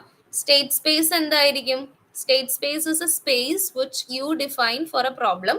ആ പ്രോബ്ലത്തിന്റെ ഉള്ളിലുള്ള ഇനീഷ്യൽ സ്റ്റേറ്റ്സും ഗോൾ സ്റ്റേറ്റ്സും ഇനി ഇന്റർമീഡിയറ്റ് സ്റ്റേറ്റ്സും എല്ലാം എന്തിലുണ്ടാവും? സ്റ്റേറ്റ് സ്പേസിൽ ഉണ്ടാവും. ഇനി സ്റ്റേറ്റ് സ്പേസിൽ ആക്ച്വലി ഒരു പ്രൊഡക്ഷൻ റൂൾ സെറ്റ് കൂടെ ഉണ്ടാവും. അതായത് suppose if you are in N initial state, which all conditions will make you move to the intermediate state. അല്ലെങ്കിൽ ഇന്റർമീഡിയറ്റ് സ്റ്റേറ്റിൽ ഇരിക്കുന്ന ഒരാൾ ഗോൾ സ്റ്റേറ്റിലേക്ക് എങ്ങനെ എത്തുന്നു എന്നുള്ള സെറ്റ് ഓഫ് റൂൾസ് കൂടെ ഈ പറയുന്ന സ്റ്റേറ്റ് സ്പേസിൽ ഡിഫൈൻ ചെയ്തിട്ടുണ്ടാവും. ഈ പറയുന്ന component initial state, goal state, intermediate state, നിങ്ങളുടെ റൂൾ സെറ്റ്, ഇതെല്ലാം കൂടെ ചേർന്ന സംഭവത്തിനെയാണ് നമ്മൾ എന്ത് വിളിക്കുന്നത്? സ്റ്റേറ്റ് സ്പേസ് എന്ന് വിളിക്കുന്നത്. അത് നിങ്ങൾക്ക് പല രീതിയിൽ നിങ്ങൾക്ക് റെപ്രസെന്റ് ചെയ്യാം. വെൻ ഡയഗ്രാം ആയിട്ട് റെപ്രസെന്റ് ചെയ്യാം, ട്രീ ആയിട്ട് റെപ്രസെന്റ് ചെയ്യാം, ചില കേസിൽ ഗ്രാഫ് ആയിരിക്കും. ട്രീയും ഗ്രാഫും തമ്മിലുള്ള വ്യത്യാസം എന്താണ്? ഒന്ന് ക്ലോസ്ഡും ഒന്ന് ഓപ്പണും ആയിരിക്കും. അപ്പൊ അത് പ്രോബ്ലത്തിനെ ബേസ് ചെയ്തിട്ടാണ് നിങ്ങൾ ആ റെപ്രസെന്റേഷൻസിലേക്ക് വരുന്നത്. ഏത് രീതിയിലുള്ള റെപ്രസെന്റേഷൻ വരച്ചാലും നമ്മൾക്ക് ഇഷ്ടമുള്ള രീതിയിൽ അത് വരയ്ക്കാൻ പറ്റില്ല. അപ്പൊ നിങ്ങൾ ഗ്രാഫ് ടെർമിനോളജിയാണ് നിങ്ങൾ യൂസ് ചെയ്യുന്നതെന്നുണ്ടെങ്കിൽ ഗ്രാഫിന് ഇനീഷ്യൽ സ്റ്റേറ്റ് റെപ്രസെന്റ് ചെയ്യുന്ന ഒരു റെപ്രസെന്റേഷൻ, ഒരു കൺവെൻഷൻ ഉണ്ടാവും. ആ കൺവെൻഷൻ വെച്ച് തന്നെ നിങ്ങൾ എന്ത് ചെയ്യണം? ഇനീഷ്യൽ സ്റ്റേറ്റിന് നിങ്ങൾ നോട്ട് ചെയ്യണം. അതുപോലെ തന്നെ നിങ്ങളുടെ ഗോൾ സ്റ്റേറ്റ്, ആ ഗോൾ സ്റ്റേറ്റിന് ഒരു പെർട്ടിക്കുലർ കൺവെൻഷൻ ഉണ്ട്. ആ കൺവെൻഷൻ യൂസ് ചെയ്ത് മാത്രമേ നിങ്ങൾക്ക് എന്ത് ചെയ്യാൻ പറ്റുള്ളൂ? നിങ്ങൾക്ക് ഈ പറയുന്ന റെപ്രസെന്റേഷൻ നിങ്ങൾ വരയ്ക്കാനായിട്ട് പറ്റുള്ളൂ. താഴത്തേക്ക് 8 പസിൽ പ്രോബ്ലം കൊടുത്തിട്ടുണ്ട്. അപ്പൊ ആ 8 പസിൽ പ്രോബ്ലം എന്താണെന്നുള്ളത് നമ്മൾ അറിഞ്ഞിരിക്കണം. You have A tile. ആ ടൈലില് ഇനീഷ്യൽ സ്റ്റേറ്റിൽ നിങ്ങൾക്ക് എന്തുണ്ട്? 8 ടൈലും 9 കോളമുള്ള അല്ലെങ്കിൽ 9 കോളംസ് ഉള്ള സെൽ ബോർഡും നിങ്ങൾക്കുണ്ട്. അപ്പോൾ നിങ്ങൾക്ക് ഫോർ എക്സാമ്പിൾ ഇവിടെ കൊടുത്തിരിക്കുന്നത് പോലെ ഒരു ബ്ലൈൻഡ് ആയിട്ടുള്ള ഒരു 9 കോളംസ് ഉള്ള ഒരു സെൽ ബോർഡ് ആയിരിക്കും ഉണ്ടായിരിക്കുക. അതിലെ നമ്പേഴ്സ് റാൻഡംലി അറേഞ്ച്ഡ് ആയിരിക്കും. ആൻഡ് കണ്ടോ, 8 ടൈൽസേ നിങ്ങൾക്കുള്ളൂ. അതായത് 8 സെൽസിൽ മാത്രമേ നിങ്ങൾക്ക് വാല്യൂസ് ഉണ്ടാവുള്ളൂ. അപ്പൊ നിങ്ങൾക്ക് 1 മൂവ് അറ്റ് എ ടൈം ചെയ്യാം. You can take 1 move at a time. And നിങ്ങൾക്കുള്ള എന്താണ് ഓപ്പറേഷൻസ് എന്ന് പറയുന്നത് 4 രീതിയിലാണ്. അതായത് ഒരു ഗിവൺ നമ്പറിന് അല്ലെങ്കിൽ ഒരു ഗിവൺ സെല്ലിന് നിങ്ങൾക്ക് അപ്പിലേക്കോ ഡൗണിലേക്കോ ലെഫ്റ്റിലേക്കോ റൈറ്റിലേക്കോ മൂവ് ചെയ്യാം. But at a time one move. At a time 1 move. അപ്പൊ ആ പറയുന്ന ഓപ്പറേഷൻ, 4 ഓപ്പറേഷൻ അല്ലെങ്കിൽ 4 ആക്ഷൻസ് വെച്ചിട്ട് നിങ്ങൾ നിങ്ങളുടെ ഗോൾ സ്റ്റേറ്റിലേക്ക് എത്തണം. ഗോൾ സ്റ്റേറ്റ് എങ്ങനെയായിരിക്കണം? ഇവിടെ താഴെ ഡിഫൈൻ ചെയ്തിട്ടുണ്ട്. അതായത് ആ ബ്ലാങ്ക് സ്പേസ് എന്ന് പറയുന്നത് ഫസ്റ്റ് ലൊക്കേഷനിൽ വരണം. പിന്നെ the other values in serial order, like first smallest element, second the next second element, third the next third element. ആ രീതിയിൽ നിങ്ങൾ എന്ത് ചെയ്യുക? നിങ്ങൾ ഇതിനെ അറേഞ്ച് ചെയ്യുക. ഇതിന് ഒരു സെറ്റ് ഓഫ് പോസിബിൾ മൂവ്സ് അല്ല, ഇതിന് ഒത്തിരി സെറ്റ്സ്, അതായത് 8 നമ്പേഴ്സ് ഇവിടെ കൊടുത്തപ്പോൾ ഇതിനൊരു 64 സെറ്റ് ഓഫ് പോസിബിൾ സൊല്യൂഷൻസ് ഉണ്ടാവും, പോസിബിൾ മൂവ്സ് ഉണ്ടാവും, പോസിബിൾ മൂവ് സെറ്റ്സ് ഉണ്ടാകും. അപ്പൊ അതിൽ നമ്മൾ ആ ഒരു like these are the number of എന്താ പറയുന്നത് സൊല്യൂഷൻ സെറ്റ്സ് എന്ന് മാത്രമേ നമുക്ക് പഠിക്കാൻ പറ്റുള്ളൂ. എല്ലാ സൊല്യൂഷൻ സെറ്റ് ഒന്നും പഠിക്കാൻ പറ്റില്ല. അപ്പൊ പ്രോബ്ലം എന്താണ് എന്നുള്ളത് ജസ്റ്റ് നിങ്ങളൊന്ന് ഓർത്ത് വെക്കാം. ഇനി താഴത്തേക്ക് വരുമ്പോൾ സ്റ്റേറ്റ് സ്പേസും പ്രോബ്ലം സൊല്യൂഷനും. പ്രോബ്ലം സൊല്യൂഷൻ എന്താണ്? നിങ്ങൾ ഇനീഷ്യൽ സ്റ്റേറ്റിൽ നിന്ന് ഗോൾ സ്റ്റേറ്റിലേക്ക് എത്താൻ ഉപയോഗിക്കുന്ന സൊല്യൂഷൻ പാത്തിനെയാണ് പ്രോബ്ലം സൊല്യൂഷൻ എന്ന് പറയുന്നത്. ഡെഫിനിഷൻ പഠിക്കുക. പ്രോബ്ലം ഫോർമുലേഷൻ എന്താ? പ്രോബ്ലം ഫോർമുലേഷൻ എന്ന് പറഞ്ഞാൽ ഇനീഷ്യൽ സ്റ്റേറ്റ് ഗിവൺ ആയിരിക്കുമ്പോൾ ഫൈനൽ സ്റ്റേറ്റിലേക്ക് നിങ്ങൾക്ക് എങ്ങനെ എത്താം എന്നുള്ളത് നിങ്ങൾക്ക് ഒരു ടപ്പിൾ ഫോമിൽ നിങ്ങൾക്ക് റെപ്രസെന്റ് ചെയ്യാം. അപ്പൊ ടപ്പിളിൽ എന്തൊക്കെയാ കണ്ടെയ്ൻ ചെയ്യേണ്ടത്? എല്ലാ പോസിബിൾ സെറ്റ്, നിങ്ങളുടെ ഓൾ പോസിബിൾ സെറ്റ്സ് അതിനകത്ത് നിർബന്ധമായിട്ടുണ്ടായിരിക്കണം. നിങ്ങളുടെ ഇനീഷ്യൽ സ്റ്റേറ്റും ഫൈനൽ സ്റ്റേറ്റും എന്താണെന്നുള്ളത് നിർബന്ധമായിട്ടുണ്ടായിരിക്കണം. നിങ്ങൾ യൂസ് ചെയ്യുന്ന പ്രൊഡക്ഷൻ റൂൾസ് ഇതാണെന്നുള്ളത് നിർബന്ധമായിട്ടുണ്ടായിരിക്കണം. അതായത് നിങ്ങളുടെ all possible solution state, initial state, final state, all sets of production rule, ഇതെല്ലാത്തിനെയും കൂടെ ഒരു ടപ്പിൾ ആയിട്ട് എഴുതുന്നതിനെയാണ് പ്രോബ്ലം ഫോർമുലേഷൻ എന്ന് പറയുന്നത്. അപ്പോൾ ഇവിടെ നിങ്ങൾ പ്രോബ്ലം ഫോർമുലേഷൻ ആദ്യമായിട്ടാണ് കാണുന്നതെന്നുണ്ടെങ്കിൽ നിങ്ങൾ മറ്റേ എന്താണ് നിങ്ങൾ തിയറി ഓഫ് ഫോർമൽ ലാംഗ്വേജസിൽ നിങ്ങൾ പലതരം മെഷീൻസ് പഠിച്ചിട്ടുള്ളവരാണ്. ട്യൂണിങ് മെഷീൻ, LDA, അല്ലെങ്കിൽ CFG എന്നൊക്കെ പറഞ്ഞ പല പല മെഷീൻസ് നിങ്ങൾ പഠിച്ചിട്ടുണ്ട്. അപ്പൊ ആ മെഷീൻസിനും ബേസിക്കലി ഇനീഷ്യൽ സ്റ്റേറ്റും ഫൈനൽ സ്റ്റേറ്റും സെറ്റ് ഓഫ് റൂൾസും ഒക്കെ നിങ്ങൾ ഓൾറെഡി കണ്ടിട്ടുള്ള കാര്യങ്ങളാണ്. പ്രൊഡക്ഷൻ റൂൾസ് എന്തൊക്കെയാണെന്നുള്ളത്, എങ്ങനെയാണ് അത് ഡിനോട്ട് ചെയ്യുന്നതെന്നൊക്കെ കണ്ടിട്ടുള്ളതാണ്. അപ്പൊ ആ ഡിനോട്ടിങ്ങിനെയാണ് നമ്മൾ പ്രോബ്ലം ഫോർമുലേഷൻ എന്ന് പറയുന്നത്. ഇനി സെർച്ചിങ് ഫോർ എ സൊല്യൂഷൻ നമുക്കറിയാം. ഇവിടെയാണ് നിങ്ങൾ വാട്ടർ ജഗ് പ്രോബ്ലം കാണുന്നത്. സെർച്ചിങ് ഫോർ സൊല്യൂഷനിൽ ഒരു ചെറിയ എക്സാമ്പിൾ ആയിട്ടാണ് ഇവർ വാട്ടർ ജഗ് പ്രോബ്ലം ഇട്ടിരിക്കുന്നത്. പക്ഷെ ഈ വാട്ടർ ജഗ് പ്രോബ്ലം എന്താണെന്ന് ചോദിക്കുന്ന ഒരു പ്രോബ്ലം ആണ്, എക്സാമിന് ചോദിക്കാറുണ്ട്. കണ്ടോ, ഇവിടെ സ്റ്റാർട്ട് സ്റ്റേറ്റ് എന്താണെന്നും എങ്ങനെയാണ് അവിടെ എത്തുന്നതെന്നും ഒക്കെ ഉള്ളത് പറഞ്ഞിട്ടുണ്ട്. അതായത് ഈ വാട്ടർ ജഗ് പ്രോബ്ലത്തിലെ മെയിൻ കൺസേൺ എന്താന്ന് വെച്ചാൽ 2 ഡിഫറെന്റ് മെഷർമെന്റിലുള്ള ജഗ് നിങ്ങൾക്ക് തരും. 2 ഡിഫറെന്റ് ഈക്വൽ മെഷേഴ്സിലുള്ളതല്ല, അൺഈക്വൽ മെഷേഴ്സിലുള്ള 2 ജഗ് നിങ്ങൾക്ക് തരും. എന്നിട്ട് നിങ്ങളോട് പറയും ഈ 2 ജഗ്ഗിലെ ഏതെങ്കിലും ഒരു ജഗ്ഗിലേക്ക് ഒരു പെർട്ടിക്കുലർ ക്വാണ്ടിറ്റി ഓഫ് വാട്ടറിന് ട്രാൻസ്ഫർ ചെയ്ത് വെക്കുക. പർട്ടിക്കുലർ ക്വാണ്ടിറ്റി ഓഫ് വാട്ടറിന് ട്രാൻസ്ഫർ ചെയ്ത് വെക്കുക. അപ്പൊ നിങ്ങൾക്ക് ആകെ അറിയാവുന്ന ഇൻഫർമേഷൻ എന്ന് പറയുന്നത് ഫസ്റ്റ് ജഗ്ഗിൽ ടോട്ടലി, ഇപ്പൊ ഈ എക്സാമ്പിളിൽ ഈ ഡയഗ്രത്തിൽ പറയുന്നത് പ്രകാരമാണെങ്കിൽ ഒരു ജഗ്ഗിൽ 3 ലിറ്റേഴ്സും അടുത്ത ജഗ്ഗിൽ 4 ലിറ്റേഴ്സും ആണ് നിങ്ങൾക്ക് കണ്ടെയ്ൻ ചെയ്യുന്നതെന്ന് വിചാരിക്കാം. അപ്പൊ അവര് നമ്മളോട് പറയും നിങ്ങൾക്ക് ഒരു തേർഡ് ജഗ് തരത്തില്ല. You don't have any other containers other than this 2 jug. നിങ്ങൾ അങ്ങോട്ടും ഇങ്ങോട്ടും ട്രാൻസ്ഫർ ചെയ്യുക. ഈ ട്രാൻസ്ഫേർഡ് ആകുന്ന ക്വാണ്ടിറ്റി ഫോർ എക്സാമ്പിൾ 1 ലിറ്റർ ആണെന്നുള്ളത് നമുക്ക് അസ്യൂം ചെയ്യാം. അതായത് ഒരു പോറില് 1 ലിറ്റർ ആണ് നമുക്ക് ട്രാൻസ്ഫർ ചെയ്യാനായിട്ട് പറ്റുന്നത്. അങ്ങനെ നിങ്ങൾ അങ്ങോട്ടും ഇങ്ങോട്ടും നിങ്ങൾ ട്രാൻസ്ഫർ ചെയ്ത് at a point you have to reach to this particular solution state. അതായത് ഫോർ എക്സാമ്പിൾ ഇപ്പോ 4 ലിറ്ററിന്റെ ജഗ്ഗില് 2 ലിറ്റർ ആക്കുക എന്നുള്ളതാണ് നമ്മുടെ ടാസ്ക്.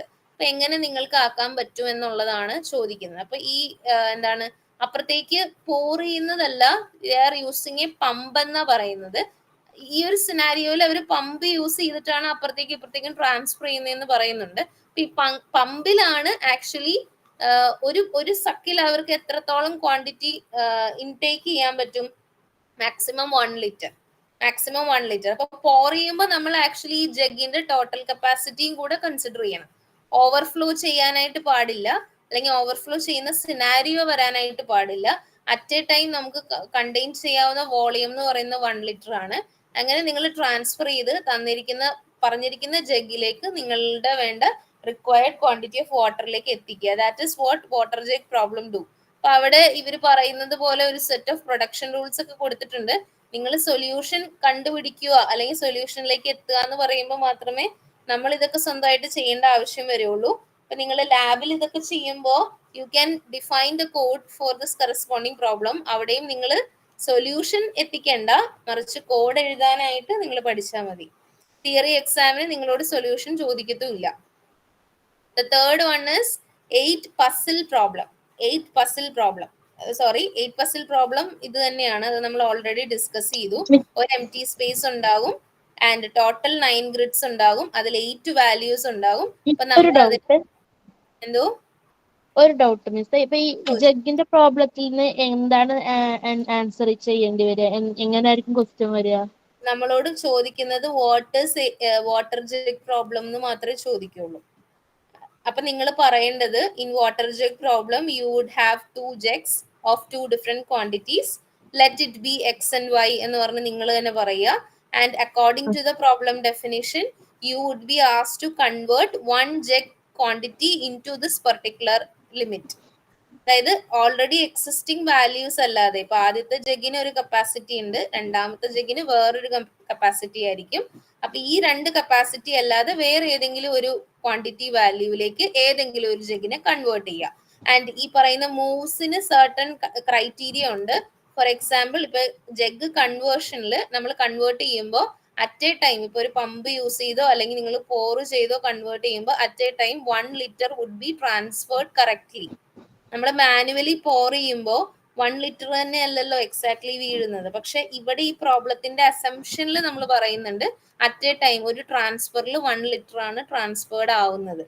അങ്ങനെ നിങ്ങൾ പ്ലേസ് ചെയ്ത് എങ്ങനെ നിങ്ങൾക്ക് ഈ എക്സാക്ട് ഫിഗറിലേക്ക് വരാം. അപ്പൊ ആ പ്രോബ്ലത്തിന്റെ എഫിഷ്യൻസി കിടക്കുന്നത് ഷോർട്ടസ്റ്റ് നമ്പർ ഓഫ് മൂവ്സിൽ ഈ ട്രാൻസ്ഫർ എത്തിക്കുക എന്നുള്ളതാണ്. പക്ഷെ ആ ഒരു പെർട്ടിക്കുലർ ക്വാണ്ടിറ്റിയിലേക്ക് എത്തിക്കാനായിട്ട് ഒരു സൊല്യൂഷൻ അല്ല, n നമ്പർ ഓഫ് സൊല്യൂഷൻസ് ഉണ്ട്.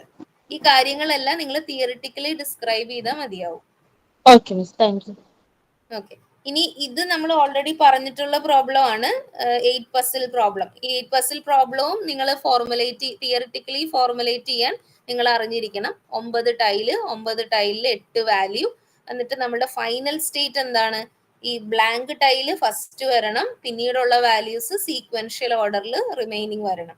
അപ്പൊ അവിടെ ഓപ്പറേഷൻസും പറയണം. നിങ്ങൾക്ക് 4 ഓപ്പറേഷൻസ് ഉണ്ട്, അപ്പ് ഡൗൺ ലെഫ്റ്റ് റൈറ്റ് ഉണ്ട്. അങ്ങനെ നിങ്ങൾക്ക് എങ്ങനെ 1 മൂവ് അറ്റ് എ ടൈം ചെയ്തിട്ട് എങ്ങനെ നിങ്ങൾക്ക് മാക്സിമം ഷോർട്ടസ്റ്റിൽ എത്തിക്കാം, അതാണിത്. ഇതിനായിട്ട് സിമിലർ ആയിട്ട് വേറൊരു സംഭവം നിങ്ങൾക്കുണ്ട്, 8 ക്യൂൻസ് പ്രോബ്ലം എന്ന് പറയും. Generically it is called n queens problem. n queens problem. ഈ എന്നിന്റെ വാല്യൂ എപ്പോഴും 2ന്റെ മൾട്ടിപ്പിൾസേ ആയിരിക്കുള്ളൂ. അതായത് 2 ക്യൂൻസ് പ്രോബ്ലം ഉണ്ടാകാം, 4 ക്യൂൻസ് പ്രോബ്ലം ഉണ്ടാകാം, 8 ക്യൂൻസ് പ്രോബ്ലം ഉണ്ടാകാം, 16 ക്യൂൻസ് പ്രോബ്ലം ഉണ്ടാകാം. 2 പവറിലായിരിക്കും അത് പോകുന്നത്. അപ്പൊ ഈ പ്രോബ്ലത്തിന് നമ്മൾ നേരത്തെ ആ നമ്പേഴ്സിന്റെ പ്രോബ്ലം പറഞ്ഞില്ലേ, n നമ്പർ പ്രോബ്ലം എന്ന് പറഞ്ഞില്ലേ, അതുപോലെ തന്നെയുള്ള ഒരു പ്രോബ്ലമാണ് ഈ n queens problem. Shortest number of മൂവ്സിൽ ക്യൂൻസിനെ അറേഞ്ച് ചെയ്യുക. n ക്യൂൻസിന്റെ വാല്യൂ, അതായത് n ക്യൂൻസ് പ്രോബ്ലത്തിന് എന്നിന്റെ വാല്യൂ 2 ആണെങ്കിൽ, അതായത് 4 ആണെങ്കിൽ 4 ക്വീൻസ് ആയിരിക്കും നിങ്ങളുടെ ഗ്രിഡിൽ ഉണ്ടാവുക. ആൻഡ് 4 into 4 ആയിരിക്കും നിങ്ങളുടെ ഗ്രിഡിന്റെ സൈസ്. അതായത് 4 ക്വീൻസ് പ്രോബ്ലം ആണെന്നുണ്ടെങ്കിൽ there would be basically 4 into 4 number of total number of grids. അതായത് 16 ഗ്രിഡ് ഉണ്ടാവും. ഈ 16 ഗ്രിഡില് നമ്മളുടെ ടാസ്ക് എന്ന് പറയുന്നത് 4 ക്വീൻസിനെ പ്ലേസ് ചെയ്യാന്നുള്ളതാണ്. പക്ഷെ ക്വീൻസിനെ പ്ലേസ് ചെയ്യുമ്പോൾ ഒരു problem, no queens should attack each other. എങ്ങനെയാണ് ഒരു ക്വീൻ വേറൊരു ക്വീനെ അറ്റാക്ക് ചെയ്യുന്നതെന്ന് വെച്ചാൽ, ഇപ്പൊ ഞാൻ ആദ്യത്തെ സെല്ലില് ആദ്യത്തെ ഗ്രിഡിൽ കൊണ്ടുപോയി ആദ്യത്തെ ക്വീനെ പ്ലേസ് ചെയ്താൽ ആ ക്വീൻ ഇരിക്കുന്ന റോയിലും കോളത്തിലും ഡയഗണൽ വാല്യൂയിലും വേറൊരു ക്വീൻ വരാൻ പാടില്ല. ക്ലിയർ ആയെന്ന് വിചാരിക്കണു. 4 ക്വീൻസ് ഉണ്ടെങ്കിൽ 4 ക്വീൻസിനെ കറസ്പോണ്ടിങ് സെൽസിൽ എനിക്ക് വെക്കണം. വെക്കുമ്പോൾ 2 ക്വീൻസ് തമ്മിൽ അറ്റാക്ക് ചെയ്യാൻ പാടില്ല. എങ്ങനെയാണ് അറ്റാക്ക് ചെയ്യുന്നതെന്ന് വെച്ചാൽ, ഒരു ക്വീൻ ഞാൻ ഒരു സെല്ലിൽ, ആദ്യത്തെ ക്വീനെ ഞാൻ ഒരു സെല്ലിൽ വെച്ചാല് ആ റോയിലും ആ ക്വീൻ ഇരിക്കുന്ന റോയിലും കോളത്തിലും അതിന്റെ ഡയഗണൽ ഫോമിലും, അതായത് ഇപ്പോ ടോപ്പ് ലെഫ്റ്റ് കോർണറിലാണ് ഞാൻ ആ ക്വീനിനെ വെച്ചിരിക്കുന്നതെന്നുണ്ടെങ്കിൽ ഫസ്റ്റ് ഡയഗണൽ ആണ് ആ ക്വീനിന്റെ ഡയഗണൽ. അവിടെ വേറെ ക്വീൻസ് വരാൻ പാടില്ല. ഇത് നമ്മൾ മാനുവലി നിങ്ങൾക്ക് വേണമെങ്കിൽ സമയമൊക്കെ ഉള്ളപ്പോൾ നിങ്ങൾക്ക് സോൾവ് ചെയ്തൊക്കെ നോക്കാം, മാനുവലി സോൾവ് ചെയ്ത് നോക്കാം. ഇപ്പൊ സോൾവ് ചെയ്യുമ്പോൾ ആദ്യം ഫസ്റ്റ് ക്വീനിനെ വെക്കാനാണ് ഏറ്റവും എളുപ്പം. റാൻഡം ആയിട്ടുള്ള ഏതെങ്കിലും പൊസിഷനിൽ നിങ്ങൾക്ക് ചൂസ് ചെയ്ത് വെക്കാം. രണ്ടാമത്തെ ക്വീനിനെ പ്ലേസ് ചെയ്യുമ്പോൾ നിങ്ങൾ ഈ പറയുന്ന 3 ക്രൈറ്റീരിയ നിങ്ങൾ ചെക്ക് ചെയ്യണം. ഇനി മൂന്നാമത്തെ ക്വീനിനെ വെക്കുന്ന സമയത്ത് നമുക്ക് സ്യൂട്ടബിൾ ആയിട്ട് ഒരു പൊസിഷൻ ചിലപ്പോൾ കിട്ടിയെന്ന് വരില്ല. അപ്പൊ നിങ്ങൾ മൂന്നാമത്തെ ക്വീനിനെ കറക്റ്റ് ആയിട്ടുള്ള ലൊക്കേഷനിൽ പ്ലേസ് ചെയ്യാൻ വേണ്ടി ചിലപ്പോൾ നിങ്ങൾ ബാക്ക് ട്രാക്ക് ചെയ്യേണ്ടി വരും. അതായത് ആദ്യത്തെ ക്വീനിനെ അത് ഇരുന്നിരുന്ന പൊസിഷനിൽ നിന്ന് മാറ്റേണ്ടി വരും. അതായത് ഇതൊരു എക്സ്പൊണൻഷ്യൽ രീതിയിലാണ് പോകുന്നത്. എക്സ്പൊണൻഷ്യൽ ഫോമിൽ ഇതിന്റെ ഒരു പോളിനോമിയൽ കോംപ്ലക്സിറ്റി അല്ല ഇതിന് വരുന്നത്, എക്സ്പൊണൻഷ്യൽ കോംപ്ലക്സിറ്റിയാണ് വരുന്നത്. ഇതിന്റെ സൊല്യൂഷൻ സ്പേസ് എന്നൊക്കെ പറഞ്ഞാൽ ഈ 2ന്റെ പവർ കൂടുന്നതനുസരിച്ച് സൊല്യൂഷൻ സ്പേസ് മാറിക്കൊണ്ടിരിക്കും. അതുപോലെ തന്നെ നമ്മൾ നേരത്തെ പറഞ്ഞതുപോലെ തന്നെ ഒറ്റ പോസിബിൾ സൊല്യൂഷൻ അല്ല ഇതിനുള്ളത്, ഒത്തിരി പോസിബിൾ സൊല്യൂഷൻസ് ഉണ്ട്. ഇപ്പൊ 4 ക്വീൻസ് പ്രോബ്ലത്തില് 2 പോസിബിൾ സൊല്യൂഷൻ ഉണ്ട്. 2 പോസിബിൾ സൊല്യൂഷൻ ഏതൊക്കെയാണെന്നുള്ളത് കൊടുത്തിട്ടുണ്ട്. അപ്പൊ ഞാൻ നേരത്തെ പറഞ്ഞ പോയിന്റ് ഇതാണ്, ആദ്യം സാധാരണഗതിയിൽ നമ്മള് ജനറിക്കലി നമ്മൾ Q1 എന്ന് പറയുന്ന ആദ്യത്തെ സെല്ലിലല്ലേ വെക്കുന്നത്. ഇവിടെയും പ്രോബ്ലം സൊല്യൂഷൻ സ്റ്റാർട്ട് ചെയ്യുമ്പോൾ നമ്മൾ Q1 ഈ ഒരു സെല്ലിൽ ആദ്യത്തെ സെല്ലിൽ തന്നെ വെക്കുന്നത്. അത് കഴിഞ്ഞ് ആ പ്ലേസിനെ ബേസ് ചെയ്ത് നിങ്ങൾ Q2 വെക്കും. ചിലപ്പോൾ Q2 നിങ്ങൾക്ക് സക്സസ്ഫുള്ളി പ്ലേസ് ചെയ്യാൻ പറ്റുമായിരിക്കും. പക്ഷെ Q3 വരുമ്പോഴത്തേക്ക് ചിലപ്പോൾ ഇത് രണ്ടും അവിടെ ഇരുന്ന് കഴിഞ്ഞാൽ Q3നെ പ്ലേസ് ചെയ്യാൻ പറ്റാതെയാവും. അപ്പൊ നിങ്ങൾ ബാക്ക് ട്രാക്ക് ചെയ്ത് പോയി Q2നെ ആദ്യം അഡ്ജസ്റ്റ് ചെയ്യേണ്ടി വരും. Q2നെ അഡ്ജസ്റ്റ് ചെയ്യാൻ വേണ്ടി വീണ്ടും ചിലപ്പോൾ ബാക്ക് ട്രാക്ക് ചെയ്ത് Q1ലേക്ക് പോകേണ്ടി വരും. അതുകൊണ്ടാണ് ഇതിന്റെ കോംപ്ലക്സിറ്റി എക്സ്പോണൻഷ്യൽ പവർ ആണെന്ന് പറയുന്നത്. അങ്ങനെ at a time you will reach to a conclusion where you will be able to successfully place this 4 qubits in a particular location. അങ്ങനെ തന്നെ ചെയ്യുന്ന ഒന്നിൽ കൂടുതൽ സൊല്യൂഷൻസ് ഉണ്ടാകാം. 4 qubits പ്രോബ്ലം ആണെങ്കിൽ 2 പോസിബിൾ സൊല്യൂഷൻ ഉണ്ടാവും. 8 qubits പ്രോബ്ലം ആണെന്നുണ്ടെങ്കിൽ അതുപോലെ തന്നെ അതിനൊരു ഫോർമുല ഉണ്ട്. ആ രീതിയിൽ 8 qubits ആണെങ്കിൽ സപ്പോസ് 4 പോസിബിൾ സൊല്യൂഷൻസ് ഉണ്ടാകാം. നമ്മൾ സൊല്യൂഷൻ നമ്പർ നമ്മൾ പഠിക്കണം എന്നില്ല. പക്ഷെ നിങ്ങളുടെ സൊല്യൂഷൻ സ്പേസിന്റെ സൈസ് നിങ്ങൾ അറിഞ്ഞിരിക്കണം. ക്രൈറ്റീരിയ ഫോർ ചൂസിങ് നിങ്ങൾ അറിഞ്ഞിരിക്കണം. പ്ലേസ് ചെയ്യുന്നത് എങ്ങനെയാണെന്നുള്ള കണ്ടീഷൻ നിങ്ങൾ അറിഞ്ഞിരിക്കണം. ഈ കാര്യങ്ങളൊക്കെ നിങ്ങളുടെ ആൻസേഴ്സിൽ വന്നാൽ മതി. അതായത് തിയറിറ്റിക്കലി ഇത് എഴുതുമ്പോൾ നിങ്ങൾ ഡിസ്ക്രൈബ് ചെയ്താൽ മതി. ഇപ്പൊ 8 qubits പ്രോബ്ലം ആണെന്നുണ്ടെങ്കിൽ നിങ്ങളുടെ ചെസ് ബോർഡിന്റെ സൈസ് എന്ന് പറയുന്നത് 8x8 ആണ്. 4 ആണെങ്കിൽ 16 ആണ്. ആ ഒരു കാര്യങ്ങളൊക്കെ ജസ്റ്റ് മെൻഷൻ ചെയ്ത് ഇവിടെ കണ്ടോ യൂണിക് സൊല്യൂഷൻസും ഡിസ്റ്റിങ്ക്റ്റ് സൊല്യൂഷൻസും കൊടുത്തിട്ടുണ്ട്. സി ദ നമ്പർ 22 ക്യൂവിന് ആകുമ്പോൾ ഇത്രയും പോസിബിൾ ഡിസ്റ്റിങ് സൊല്യൂഷൻസ് ഉണ്ട്. സൊല്യൂഷൻ അതുകൊണ്ട് ലിസ്റ്റ് ചെയ്യാനായിട്ട് നമ്മളെ നടക്കുന്ന പരിപാടിയല്ല. നമ്മളോട് എക്സാമിന് ചോദിക്കുന്നതും അതല്ല. പ്രോബ്ലം ഡിഫൈൻ ചെയ്യാനായിരിക്കും നിങ്ങളോട് ചോദിക്കുന്നത്. ഫോർമുലേഷൻ ഒക്കെ ഉണ്ട്. ഫോർമുലേഷനിൽ ഈ കാര്യങ്ങൾ ഫോർമുലേഷൻ എന്ന് പറഞ്ഞ ഏതൊരു ക്വസ്റ്റ്യൻ ചോദിക്കുമ്പോഴും ഇത്ര 4 സ്റ്റേറ്റ്മെന്റ് എഴുതിയാൽ തന്നെ you are done with half of the question. Half of the marks lies in this 4 different statement. ഏതൊരു പ്രോബ്ലത്തിന്റെ ഫോർമുലേഷൻ എന്ന് ചോദിച്ചാലും അതിന് set of possible states, initial state എന്താണ്, അതിന്റെ ഫംഗ്ഷൻ അല്ലെങ്കിൽ ഓപ്പറേഷൻ ഏതാണ്, ഇവിടെ ഇപ്പൊ സക്സസർ ഫംഗ്ഷൻ എന്താണെന്നാണ് പറയുന്നത്. മിക്ക കേസിലും തൊട്ട് മുന്നത്തെ ക്വസ്റ്റ്യനിൽ നമ്മൾ ഇതേ കാര്യത്തിന് തന്നെ സക്സസർ ഫംഗ്ഷൻ എന്ന് പറയുന്ന കാര്യത്തിൽ തന്നെ നിങ്ങൾ ഓപ്പറേഷൻസ് എന്നായിരുന്നു പറഞ്ഞിരുന്നത്. You have left, right, up, down എന്ന് പറഞ്ഞ 4 ഓപ്പറേഷൻസ് ഉണ്ടായിരുന്നു. then you have a final goal state. ഈ 4 കാര്യങ്ങൾ എഴുതിയാൽ തന്നെ you are done half of the question. പിന്നെ ബാക്കി എന്താണ് എക്സ്ട്രാ അഡീഷൻസ് ഉള്ളത് അത് ആഡ് ചെയ്ത് വെക്കുക. അങ്ങനെ കുറെ കാര്യങ്ങൾ ഇവിടെ പറയുന്നുണ്ട്, വായിച്ചു നോക്കുക. ഇനി അടുത്താണ് അഡ്വേഴ്സറൽ സെർച്ച് ഉണ്ട്. അഡ്വേഴ്സറൽ സെർച്ചിന് ആക്ച്വലി സ്പീക്കിംഗ് ഇതുപോലെ തന്നെ എക്സാമ്പിൾസ് ഉണ്ട്. അപ്പൊ നിങ്ങൾ അഡ്വേഴ്സറൽ സെർച്ച് എന്താണെന്നുള്ളത് നിങ്ങൾ പഠിക്കണം. അതായത് അഡ്വൈസറൽ സെർച്ചിൽ ഇപ്പൊ നമ്മൾ നേരത്തെ ഇപ്പൊ നിങ്ങൾ 8 qubits പ്രോബ്ലം നിങ്ങൾ കണ്ടിട്ടില്ലേ, അവിടെ നമ്മളൊരാളുടെ ഫോക്കസ് മാത്രമേ നമ്മൾ കൊടുക്കുന്നുള്ളൂ. മനസ്സിലായില്ല? അതായത് ഇത് ഒരാൾ കളിക്കുന്നു, ആ ഒരാൾ ഈ 4 qubits എടുത്ത് വെക്കുന്നു. അപ്പൊ ഓരോ മൂന്ന് എന്ന് പറയുന്നത് മൂവ്സിന്റെ നമ്പർ എന്ന് പറയുന്നത് only my consideration is like I am considering only my consideration. നിങ്ങൾക്ക് ഞാനൊരു എക്സാമ്പിൾ ആദ്യം പറയാം, അപ്പൊ നിങ്ങൾക്ക് കുറച്ചുകൂടെ മനസ്സിലാകും. അഡ്വൈസറൽ സെർച്ച് എന്ന് പറഞ്ഞാൽ അതിന്റെ വേറൊരു പേര് 2 ഏജന്റ് സെർച്ച് എന്നാണ്. അത് കുറച്ചും കൂടെ നമ്മൾ നേരത്തെ പറഞ്ഞ തരം പ്രോബ്ലത്തിലും കുറച്ചുകൂടെ കോംപ്ലക്സ് ആയിട്ടുള്ള പ്രോബ്ലം ആണ്. എന്താണ് ഇതിന്റെ കോംപ്ലക്സിറ്റി കൂടുന്നതെന്ന് വെച്ചാൽ അവിടെ നമ്മൾ ഒരു പെർട്ടിക്കുലർ ഇൻസ്റ്റന്റ് ഓഫ് ടൈം അല്ലെങ്കിൽ ഒരു പെർട്ടിക്കുലർ മൂവില് നമ്മൾ 2 ആളുകളുടെ കൺസെൻട്രേഷൻ നമ്മളോട് അല്ലെങ്കിൽ 2 ഏജന്റിന്റെ കൺസെൻട്രേഷൻ നമ്മൾ കൺസിഡർ ചെയ്യണം. അതായത് ഞാനൊരു മൂവ് വെച്ചാൽ ആ മൂവിന് കറസ്പോണ്ടിങ് ആയിട്ടുള്ള ഓൾ പോസിബിൾ നെക്സ്റ്റ് സ്റ്റെപ്സ് എനിക്ക് ഫൈൻഡ് ചെയ്യാം. അതിന് എനിക്ക് അഡ്വൈസറൽ സെർച്ചിന്റെ ആവശ്യമില്ല. പക്ഷേ ഞാൻ മൂവ് വെച്ചു, അതിന് കറസ്പോണ്ടിങ് എന്റെ ഒപ്പണന്റ് മൂവ് വെച്ചു. അപ്പൊ അവിടെ 2 കണ്ടീഷൻ അല്ലെങ്കിൽ 2 ഏജന്റ്സ് അവിടെ വരുവാണ്. ഇനി നെക്സ്റ്റ് എന്റെ മൂവ് എന്ന് പറയുന്നത് എന്റെ ആദ്യ മൂവിനെ ബേസ് ചെയ്ത് മാത്രമല്ല, എന്റെ ആദ്യ മൂവ് അതിന് കറസ്പോണ്ടിങ് എന്റെ ഒപ്പണന്റ് എന്റെ മൂവ് വെച്ചിട്ടുണ്ട്. ഇത് രണ്ടിനെയും കൂടെ കൺസിഡർ ചെയ്തിട്ട് എന്റെ മൂവ് വരേണ്ടത്, അല്ലെങ്കിൽ ആ മൂവ് അവിടെ പ്ലേസ് ആവണം. ടിക്-ടാക്-ടോ എന്ന് പറയുന്ന പ്രോബ്ലം ഉണ്ട്, ചെസ് ഉണ്ട്, ചെക്കേഴ്സ് ഉണ്ട്. ഇതെല്ലാം ഈ 2 ഏജന്റ്സിനെ ബേസ് ചെയ്തിട്ടുള്ള പ്രോബ്ലംസ് ആണ്. എന്താണ് അഡ്വാൻസ് റിസൾട്ട്സ് എന്ന് മാത്രം പഠിച്ചാൽ മതി. അതായത് അവിടെ നമ്മൾ എന്റെ ഇൻട്രസ്റ്റും എന്റെ ഓപ്പോസിറ്റ് ആളുടെ ഇൻട്രസ്റ്റും നോക്കണം. അപ്പൊ ഞാനാണ് കോഡ് ചെയ്യുന്നതെന്നുണ്ടെങ്കിൽ my concentration be I must win and you must lose. ആ രീതിയിലായിരിക്കും എന്റെ സൊല്യൂഷൻ ഫേസിൽ ഞാൻ ഫൈൻഡ് ചെയ്യുന്നത്. അതിലുള്ള പ്രോബ്ലമാണ് ഞാൻ അഡ്വാൻസ് റിസൾട്ട്സ് എന്ന് പറയുന്നത്. തിയറി വായിച്ചു നോക്കുമ്പോഴത്തേക്ക് നിങ്ങൾക്ക് ഇവിടെ അഡ്വാൻസ് റിസൾട്ട്സിൽ വരുന്ന ഏത് അഡ്വാൻസ് റിസൾട്ട് ചെക്സ് ആയിക്കോട്ടെ അല്ലെങ്കിൽ ആയിക്കോട്ടെ എന്താണെങ്കിലും നമ്മൾക്ക് വരുന്ന ബേസിക് എലമെന്റ്സ് ഏതൊക്കെയാണെന്ന് കൊടുത്തിട്ടുണ്ട്. അതൊക്കെ ഇൻക്ലൂഡ് ചെയ്യാനായിട്ട് ശ്രമിക്കുക. ടെക്നിക്കൽ സ്റ്റേറ്റ്മെന്റ്സ് ഇൻക്ലൂഡ് ചെയ്യാനായിട്ട് ശ്രമിക്കുക. ഇനി അടുത്താണ് ഇത് വരുന്നതാണ് മാക്സ് സ്ട്രാറ്റജി. അതില് നമ്മുടെ സ്ട്രാറ്റജി പ്രോബ്ലംസ് ഉണ്ടല്ലോ, ഇത്തരം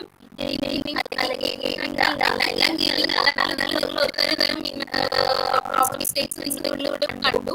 ഈ പ്രോബ്ലം സ്റ്റേറ്റ്മെന്റിന് കറസ്പോണ്ടിങ് ആയിട്ട് സോൾവ് ചെയ്യാനുള്ള ഒരു ടെക്നിക്കാണ് ഈ പറയുന്ന സ്ട്രാറ്റജി. അപ്പൊ അവിടെ നമ്മൾ ഉപയോഗിക്കുന്ന കുറച്ച് ജനറലായിട്ടുള്ള കാര്യങ്ങളല്ല. ഈ വർക്ക് ചെയ്യുന്ന ഒരു ഹ്യൂറിസ്റ്റിക് അപ്രോച്ചിലാണ്. എന്താണ് ഹ്യൂറിസ്റ്റിക് അപ്രോച്ച്? അനാലിസിസ് പോലത്തെ പേരുകൾ പഠിച്ചിട്ടുണ്ടാവും. ഹ്യൂറിസ്റ്റിക് ഫംഗ്ഷൻ അല്ലെങ്കിൽ ഹ്യൂറിസ്റ്റിക് അപ്രോച്ച് എന്താണെന്നുള്ളത്. എന്താണ് ഹ്യൂറിസ്റ്റിക് അപ്രോച്ച്? ഹ്യൂറിസ്റ്റിക് അപ്രോച്ച് പറയുവാണെങ്കിൽ നമ്മുടെ സൊല്യൂഷൻ സ്പേസ് എല്ലാം പ്രോപ്പർലി മൈൻഡ് ചെയ്യാൻ പറ്റാതിരിക്കുന്ന സമയത്ത് അല്ലെങ്കിൽ പ്രോപ്പർലി നമ്മൾക്ക് കൺസിഡർ ചെയ്യാൻ പറ്റുന്ന സമയത്ത് നമ്മൾ ഈ പറയുന്ന ട്രയൽ ആൻഡ് എറർ എന്നൊക്കെ പറയുന്ന പോലെ അല്ലെങ്കിൽ ഭാഗ്യ പരീക്ഷണം എന്നൊക്കെ പറയുന്നത് പോലെ നിങ്ങൾ അപ്രോച്ച് ചെയ്യുന്ന ഒരു ടെക്നിക്കാണ് ഹ്യൂറിസ്റ്റിക് അപ്രോച്ച്. എടുക്കുന്ന ഒരു രീതിയാണ്. അതായത് നിങ്ങളുടെ രണ്ട് രീതിയിൽ ഒരു പ്രോബ്ലത്തിനെ സോൾവ് ചെയ്യാം. ഒന്നാമത്തെ രീതി എന്ന് പറഞ്ഞാൽ ഡിറ്റർമിനിസ്റ്റിക് അപ്രോച്ച് ആണ്. ഡിറ്റർമിനിസ്റ്റിക് അപ്രോച്ചിൽ നിങ്ങളുടെ പോപ്പുലേഷൻ സൈസ് അല്ലെങ്കിൽ സൊല്യൂഷൻ സ്പേസ് എത്രയുണ്ടോ ആ ഫുൾ സൊല്യൂഷൻ സ്പേസ് നിങ്ങൾ കൺസിഡർ ചെയ്തിട്ട് നിങ്ങൾ ഫൈനൽ ആൻസറിലേക്ക് നിങ്ങൾ എത്തുള്ളൂ. അപ്പൊ അതിന്റെ ഒരു അഡ്വാൻറ്റേജ് എന്താണെന്ന് വെച്ചാല് നിങ്ങൾക്ക് കൊണ്ടുവന്ന ആൻസർ എന്ന് പറയുന്നത് നിങ്ങൾക്ക് കിട്ടുന്ന ആൻസർ എന്ന് പറയുന്നത് 10% ഗ്യാരണ്ടി കറക്റ്റ് ആൻസർ ആയിരിക്കും. അതായത് ഒരു ഉദാഹരണം പറയുവാണെങ്കിൽ നിങ്ങളുടെ പ്രോബ്ലം എന്ന് പറയുന്നത് ഒരു 1 lakh സർവേയിൽ നിന്ന് ഒരു പർട്ടിക്കുലർ വാല്യൂ മിനിമം വരുന്ന ഒരു സർവേ കണ്ടുപിടിക്കാനാന്ന് വിചാരിച്ചു. 1 lakh സർവേയിൽ നിന്ന് ഒരു പർട്ടിക്കുലർ ആട്രിബ്യൂട്ടിന് മിനിമം വാല്യൂ കണ്ടുപിടിക്കാനാണ് നിങ്ങളുടെ പ്രോബ്ലം.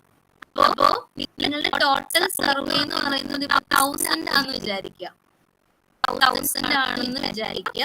1000 എന്ന് പറയുന്നത് ഒരു കമ്പാരിറ്റീവ്ലി സ്മോളർ നമ്പർ അല്ലേ. 1000 സർവേ സാമ്പിൾസ് മാനുവലി നിങ്ങൾക്ക് first survey, second survey, third survey എന്നൊക്കെ പറഞ്ഞാൽ നിങ്ങൾക്ക് അത് കമ്പയർ ചെയ്യാനായിട്ട് നിങ്ങളെ കൊണ്ട് മാനേജബിൾ ആണ്. അപ്പൊ നിങ്ങൾ എന്ത് ചെയ്യും? ഈ 1000 സാമ്പിൾസിനെ നിങ്ങൾ അനലൈസ് ചെയ്തതിന് ശേഷം മാത്രമേ നിങ്ങൾ മിനിമം വാല്യൂയിലേക്ക് എത്തുള്ളൂ. പക്ഷേ പ്രോബ്ലം എപ്പോഴും അങ്ങനെ ആയിരിക്കണം എന്നില്ല, മാനേജബിൾ ആയിരിക്കണം എന്നില്ല. ഈ 1000 എന്ന് പറയുന്നത് 1 lakh സർവേ ഉണ്ടെങ്കിൽ 1 lakhനെ മാനുവലി അനലൈസ് ചെയ്യുന്നത് പറഞ്ഞാൽ പ്രാക്ടിക്കലി പോസിബിൾ അല്ല. ഇപ്പൊ നിങ്ങൾ എന്ത് ചെയ്യും? നിങ്ങൾ ഈ പറയുന്ന 1 lakhന് കറസ്പോണ്ടിങ് ചെറിയൊരു എന്താ പറയുന്ന അതിന് നമ്മൾ പറയുന്ന സബ്സെറ്റ് എന്നാണ്. അതായത് ആ പോപ്പുലേഷന്റെ ഒരു സാമ്പിൾ സ്പേസ് നിങ്ങൾ ക്രിയേറ്റ് ചെയ്യും. എന്നിട്ട് ആ സാമ്പിൾ സ്പേസിന്റെ പോപ്പുലേഷൻ ആണ് എന്ന് വിചാരിച്ച് ഈ സാമ്പിൾ സ്പേസിൽ നിന്നുള്ള റിസൾട്ട് നിങ്ങളുടെ റിസൾട്ട് ആയിട്ട് നിങ്ങൾ കൊണ്ടുവരും. അതൊരു ഹ്യൂറിസ്റ്റിക് മെത്തേഡ് ആണ്. അല്ലെങ്കിൽ നിങ്ങൾ ഈ പറയുന്നത് പോലെ ഇതിന് പകരം ഇതുമായിട്ട് ബന്ധപ്പെട്ടിട്ടുള്ള ഒരു ചെറിയ സാമ്പിൾ എടുത്ത് അല്ലെങ്കിൽ ഒരു മെത്തേഡ് എടുത്തിട്ട് അതിനകത്തുനിന്ന് നിങ്ങൾ റിസൾട്ട് കണ്ടുപിടിക്കാനായിട്ട് ശ്രമിക്കും. അപ്പൊ ഈ ഹ്യൂറിസ്റ്റിക് അപ്രോച്ചിന്റെ പ്രത്യേകത എന്താണെന്ന് വെച്ചാൽ ഡേറ്റ ലാർജ് ആകുന്ന സമയത്ത് നിങ്ങൾക്ക് ഹ്യൂറിസ്റ്റിക് ഒരു പ്രാക്ടിക്കൽ മെത്തേഡാണ്, ചെയ്യാൻ പറ്റുന്ന ഒരു പ്രാക്ടിക്കൽ അപ്രോച്ചാണ്. പക്ഷെ ഹ്യൂറിസ്റ്റിക് മെത്തേഡ് എപ്പോഴും സക്സസ്ഫുൾ ആൻസർ കൊണ്ടുവരണം എന്നുള്ളത് നിർബന്ധമില്ല. ചില കേസിൽ ഹ്യൂറിസ്റ്റിക് മെത്തേഡ് എന്ന് പറയുന്ന ലോക്കൽ വാല്യൂസ് തരാം, ഗ്ലോബൽ ഒപ്റ്റിമം വാല്യൂസ് തരത്തില്ല, അല്ലെങ്കിൽ തരണം എന്ന് നിർബന്ധമില്ല.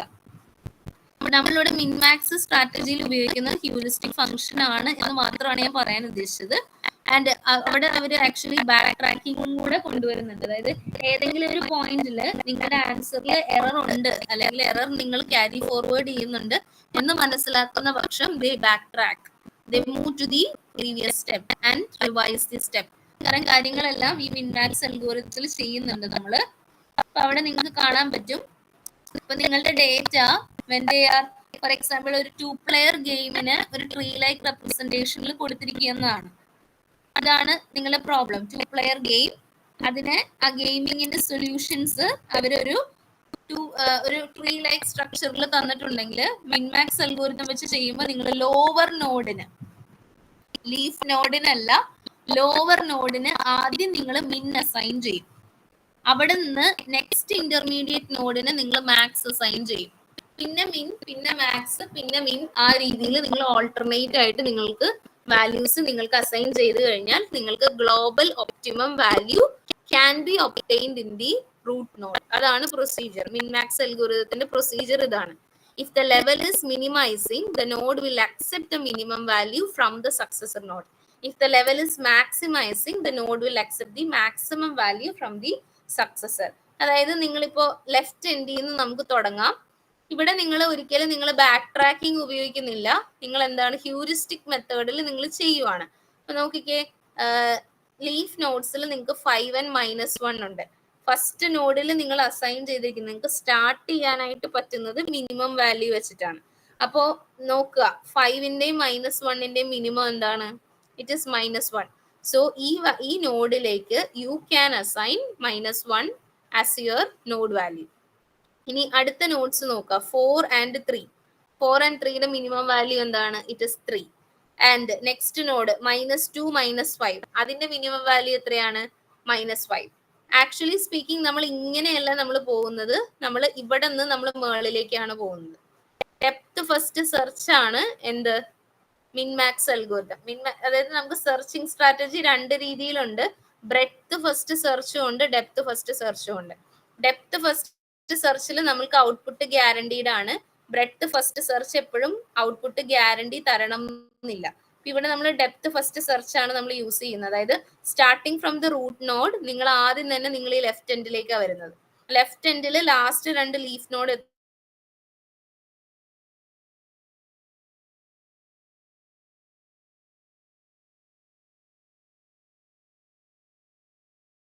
RHS വാല്യൂ, റൈറ്റ് ചൈൽഡിന്റെ വാല്യൂ ഇല്ല, അപ്പൊ നിങ്ങൾ താഴത്തേക്ക് പോകും. അതായത് ഡെപ്തിലേക്കാണ് ഇത് ആദ്യം പോകുന്നത്, ബ്രെഡ്ത്തിലല്ല. ബ്രെഡ്ത്ത് ഫസ്റ്റ് സെർച്ചും അനദർ സെർച്ച് സ്ട്രാറ്റജി ആണ്. പക്ഷെ ബ്രെഡ്ത്ത് ഫസ്റ്റ് സെർച്ച് ഒരിക്കലും ഔട്ട്പുട്ട് ഒപ്റ്റിമം വാല്യൂ തരണം എന്ന് ഗ്യാരണ്ടീഡ് അല്ല. അതാണ് BFSന്റെ ഒരു പ്രോബ്ലം. ഇപ്പൊ നമ്മളിവിടെ നിങ്ങൾക്ക് മിനിമം വാല്യൂ ആയിട്ട് -1 കിട്ടി, അതുപോലെ തന്നെ ഇവിടെ മിനിമം വാല്യൂ ആയിട്ട് 3 കിട്ടി. ഇനി നെക്സ്റ്റ് ലെവലിൽ നിങ്ങൾ അസൈൻ ചെയ്തിരിക്കുന്ന ഫംഗ്ഷൻ മാക്സിമം ഫംഗ്ഷൻ ആണ്. ഇത് മിനിമം വാല്യൂ ആണെങ്കിൽ ഇത് മാക്സിമം വാല്യൂ. അപ്പൊ ഇതിന്റെ മാക്സിമം, അതായത് -1-ന്റെയും 3-ന്റെയും മാക്സിമം ആണ് ഇവിടെ കണ്ടെയ്ൻ ചെയ്യേണ്ടത്. -1-ന്റെയും 3-ന്റെയും മാക്സിമം ഇറ്റ് ഇസ് 3. അപ്പൊ ഈ നോഡിന് 3 വാല്യൂ കിട്ടി. അതുപോലെ തന്നെ നിങ്ങൾക്ക് ഈ നോഡിന് 8 വാല്യൂ കിട്ടും.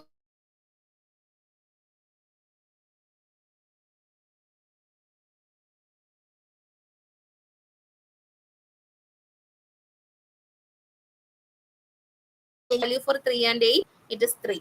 അപ്പൊ അങ്ങനെ പോയി. ഇനി മാക്സിമം വാല്യൂ ആണ് ദ നെക്സ്റ്റ് ലെവലിൽ കൊടുത്തിരിക്കുന്നത്. അപ്പൊ ഇവിടെ നിങ്ങൾക്ക് 3 ഉണ്ട്, ഇവിടെ നിങ്ങൾക്ക് 1 ഉണ്ട്. So what would be the maximum of 3 and 1? Maximum of 3 and 1 is 3. So root നോഡിൽ 3 അസൈൻ ചെയ്തു. അപ്പൊ maximum optimal value for this root 2-player game would be 3. 3യുടെ മാക്സിമം ആയിട്ട് നിങ്ങൾക്ക് ഒരു ഒപ്റ്റിമം വാല്യൂ കിട്ടാൻ പോകുന്നില്ല അക്കോർഡിംഗ് ടു മിൻമാക്സ് അൽഗോരിതം. ഇതാണ് മിൻമാക്സ് അൽഗോരിതം. ഇതിൽ ഈ വർക്കിങ്ങിനെ ബേസ് ചെയ്ത് കുറെ കാര്യങ്ങൾ പറയുന്നുണ്ട്. ആക്ച്വലി സ്പീക്കിംഗ് നിങ്ങൾക്ക് അത്രയും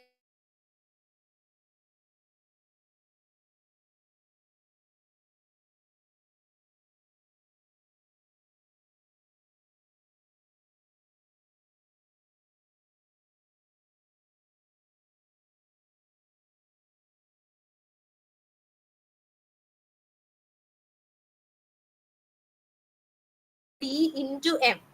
ടൈം കോംപ്ലക്സിറ്റി എന്ന് പറഞ്ഞാൽ B raised to M. Space complexity എന്ന് പറഞ്ഞാൽ B into M. അപ്പൊ അത് നിങ്ങളത് ഓർത്ത് വെക്കുക. കംപ്ലീറ്റ് ആണെന്ന് പറയാൻ കാരണം ഞാൻ പറഞ്ഞു, അത് DFS ആണ് യൂസ് ചെയ്യുന്നത്. DFS, ഡെപ്ത് ഫസ്റ്റ് സെർച്ച് ആണ് യൂസ് ചെയ്യുന്നത്. അപ്പൊ depth first search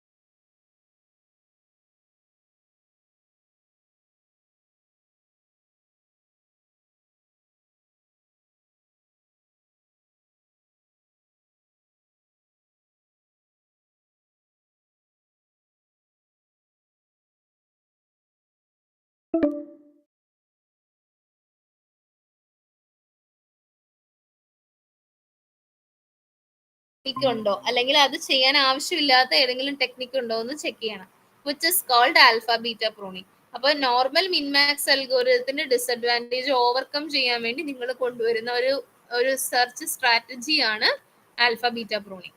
alpha beta pruning means what? Decision tree പഠിച്ചപ്പോൾ നമ്മൾ പഠിച്ചിട്ടുണ്ട്, ടോട്ടൽ നോഡിൽ നിന്ന് നമ്മൾ some nodes you are cutting off the some of the adversarial nodes which are not of so importance to you. അപ്പൊ എങ്ങനെ cut ചെയ്യുന്നു എന്ന് വെച്ചാൽ, ഈ പ്രൂണിങ് വർക്ക് ചെയ്യുന്നത് 2 ത്രെഷോൾഡ് വാല്യൂവിനെ ബേസ് ചെയ്തിട്ടാണ്. ഒരു വാല്യൂവിനെ നമ്മൾ ആൽഫ എന്നും വിളിക്കും, അടുത്ത വാല്യൂവിനെ നമ്മൾ ബീറ്റ എന്നും വിളിക്കും. ആൽഫ എന്ന് പറയുന്നത് ബെസ്റ്റ് ഹയസ്റ്റ് വാല്യൂ ആണ്. Best highest value, that is maximum value a player can have. അപ്പൊ നമ്മൾ അതിനെ സെറ്റ് ചെയ്യുന്നത്, ഇനീഷ്യലൈസ് ചെയ്യുന്നത് alpha is equal to -minus infinity വെച്ചിട്ടാണ്. ഇനീഷ്യൽ ഫേസിൽ, അതായത് ഏറ്റവും താഴത്തെ നിങ്ങളുടെ ലെവലിൽ നിങ്ങൾ ഈ ആൽഫയ്ക്കും ബീറ്റയ്ക്കും 2 ഇനീഷ്യലൈസേഷൻ വാല്യൂസ് കൊടുക്കും. അതായത് alpha is equal to -minus infinity, beta is equal to +plus infinity. എന്താണ് ആൽഫ ബീറ്റ?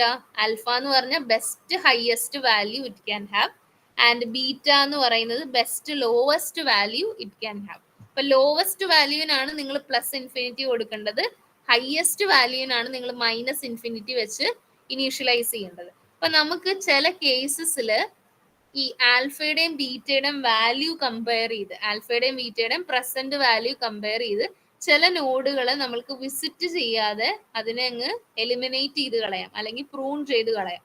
അതായത് എൻ്റയർ ട്രീനെ മൊത്തത്തിൽ നമുക്ക് സെർച്ച് ചെയ്യേണ്ട ആവശ്യം വരില്ല.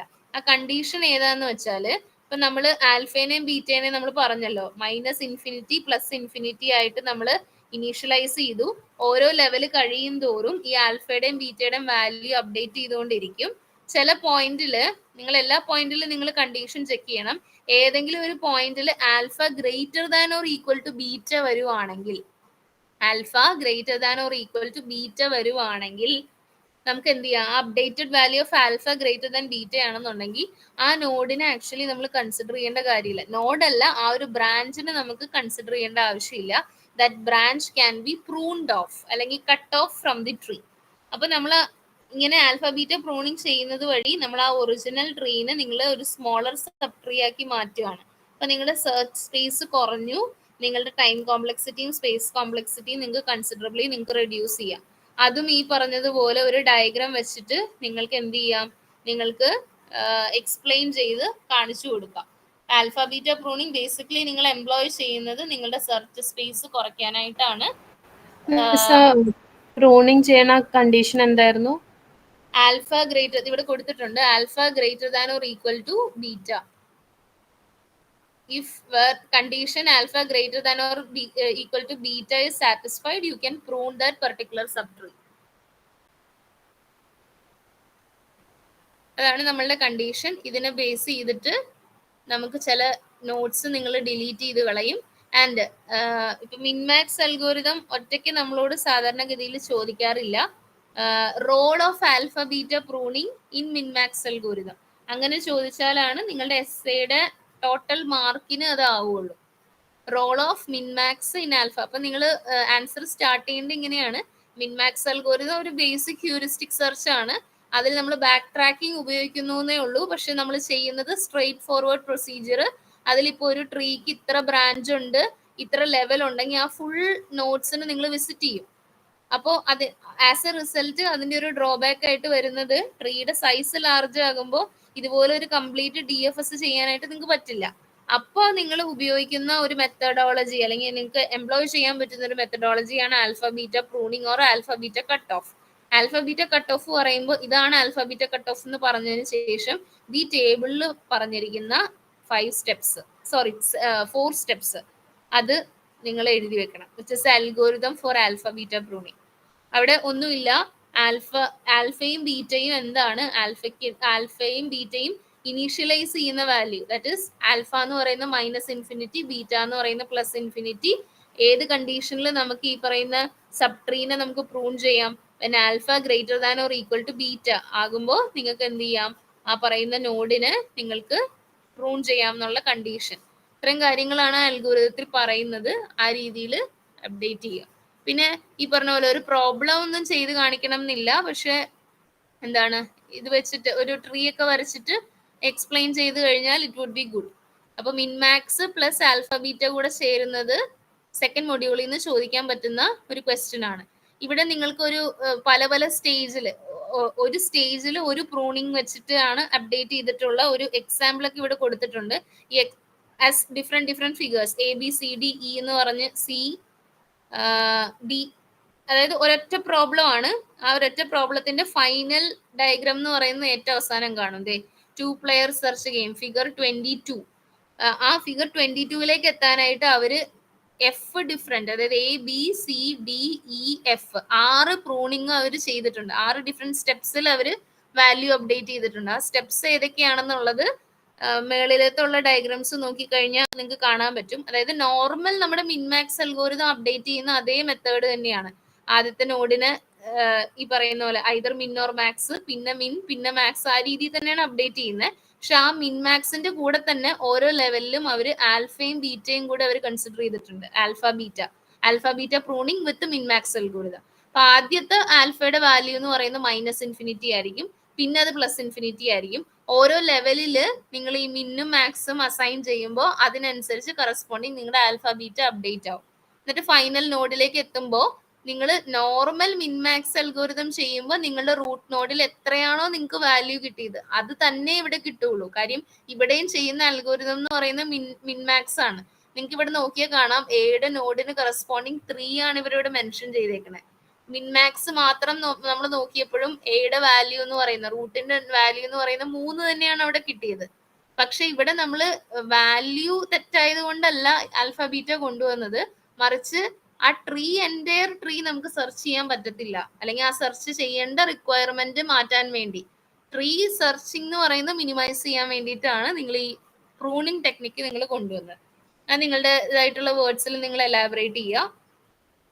And with this I think നമ്മുടെ എക്സാം പോയിന്റ് ഓഫ് വ്യൂവിൽ ഈ ഒരു മൊഡ്യൂളിൽ നിന്ന് ചോദിക്കാവുന്ന ക്വസ്റ്റ്യൻസ് എല്ലാം നമ്മൾ ഈ യൂണിറ്റിൽ നിന്ന് ചോദിക്കാവുന്ന ക്വസ്റ്റ്യൻസ് നമ്മൾ കവർ ചെയ്തു. ഇനി അടുത്ത module if it is little lengthy നമുക്ക് നോക്കട്ടെ കേട്ടോ, ഏതാണെന്ന് നോക്കട്ടെ. സെർച്ചാണ്. സെർച്ചിൽ BFS, DFS, iterative, uninformed, heuristic, greedy, A*, AO*, ഇത്ര ഉണ്ടല്ലേ. അപ്പൊ ഐ തിങ്ക് നാളത്തെ ക്ലാസ്സിൽ സെർച്ച് നമുക്ക് നോക്കാം. 4th യൂണിറ്റ് എനിക്ക് തോന്നുന്നു കുറച്ചേ ഉള്ളൂ. പ്രെഡിക്റ്റീവ് സ്റ്റാറ്റിസ്റ്റിക്സ് ആണ്. അതിൽ കുറച്ച് റൂൾസും കാര്യങ്ങളൊക്കെ ഉള്ളു. അതായത് നമുക്ക് ലോജിക്സിൽ കുറച്ച് റൂൾ സെറ്റ്സ് ഉണ്ട്. ആൻഡ് ഈ റൂൾ സെറ്റ്സിന് വർക്ക് ചെയ്യുന്ന കുറച്ച് സ്റ്റാൻഡേർഡ് ലോസും ഉണ്ട്. മോഡസ് പോണൻസ്, മോഡസ് ടോളൻസ് എന്നൊക്കെ പറഞ്ഞു. നിങ്ങൾ ചിലപ്പോൾ നിങ്ങൾ മാത്തമാറ്റിക്സിന്റെ ഏതെങ്കിലും പേപ്പേഴ്സിൽ ഓൾറെഡി കണ്ടിട്ടുള്ള ലോസ് ആയിരിക്കും അത്. ആ ലോസ് മാത്രം പഠിച്ചാൽ മതി. അതായത് 4th മൊഡ്യൂൾ എന്ന് പറയുമ്പോൾ കമ്പാരിറ്റീവ്ലി കുറച്ച് വോളിയം കുറവുള്ളതാണ്. പക്ഷെ ഇതിൽ നിങ്ങൾക്ക് പലതരം സെർച്ചസ് ഉണ്ട്. BFSും DFSും മാത്രമേ നിങ്ങൾക്ക് ഇതിന് മുന്നേ എന്തെങ്കിലും ബാക്ക്ഗ്രൗണ്ട് ഉള്ളത് ഉണ്ടാവുള്ളൂ. അതിന്റെ തന്നെ കുറച്ച് കോംപ്ലക്സ് ഇതുണ്ട്. അതുപോലെ തന്നെ essay ചോദിക്കാവുന്ന ഒരു ക്വസ്റ്റ്യൻ ആണ് A*, AO*. ഇതൊരു ഇത്തിരി ലെങ്തി ആണ്. തുടങ്ങി കഴിഞ്ഞാൽ പിന്നെ നമുക്ക് നെക്സ്റ്റ് ഡേ വീണ്ടും ഇതൊന്നും കൂടെ സ്റ്റാർട്ട് ചെയ്യേണ്ടി വരും. അപ്പൊ ഈ 3rd മൊഡ്യൂള് നമുക്ക് നെക്സ്റ്റ് ക്ലാസ്സിൽ, നാളത്തെ ക്ലാസ്സിൽ നമുക്ക് നോക്കാം. 3rd യൂണിറ്റ് നമുക്ക് അടുത്ത ക്ലാസ്സിൽ നോക്കാം. അപ്പൊ ഇന്ന് പറഞ്ഞ കാര്യങ്ങള് നിങ്ങൾക്ക് ഓക്കെ ആണോ? ഓക്കെ. അപ്പൊ അത് ഇതിനകത്ത് ഞാൻ പറഞ്ഞു, ഇതിലങ്ങനെ എഴുതി പഠിക്കാനോ അല്ലെങ്കിൽ അങ്ങനെ മനസ്സിലാക്കി പഠിക്കേണ്ട ആവശ്യങ്ങളൊന്നുമില്ല. ഒൺലി തിങ്സ് പോയിന്റുകൾ നിങ്ങൾ കറക്റ്റ് ആയിട്ട് നോട്ട് ചെയ്ത് നിങ്ങളുടെ ആൻസറിൽ കൊണ്ടുവരിക എന്നുള്ളതാ കാര്യം. അപ്പോൾ തിയറി ആണ്, വായിച്ചു പഠിക്കുക. വായിച്ചു പഠിക്കുമ്പോൾ മെയിൻ ഹെഡ്സ് അല്ലെങ്കിൽ മെയിൻ പോയിന്റ്സ് നിങ്ങൾ നോട്ട് ചെയ്ത് വെക്കുക. ഒരു റഫ് ബുക്കോ എന്തെങ്കിലും എടുത്ത് MLന് വേണ്ടിയിട്ട്, ML ഇല്ല AIക്ക് വേണ്ടിയിട്ട് ഒരു നോട്ട് ചെയ്ത് വെക്കുക. എക്സാമിന് ഈ മെയിൻ ഹെഡ്സ് മാത്രം ഓർത്ത് വെക്കേണ്ട ആവശ്യമുള്ളൂ. അതിന്റെ ഉള്ളിലുള്ള കാര്യങ്ങളെല്ലാം നിങ്ങൾക്ക് ഓൺവേർഡ്സിൽ എഴുതാവുന്നതേ ഉള്ളൂ. അപ്പൊ ഓക്കെ, എന്നാ നെക്സ്റ്റ് ക്ലാസ്സിൽ കാണാം. Okay, thank you.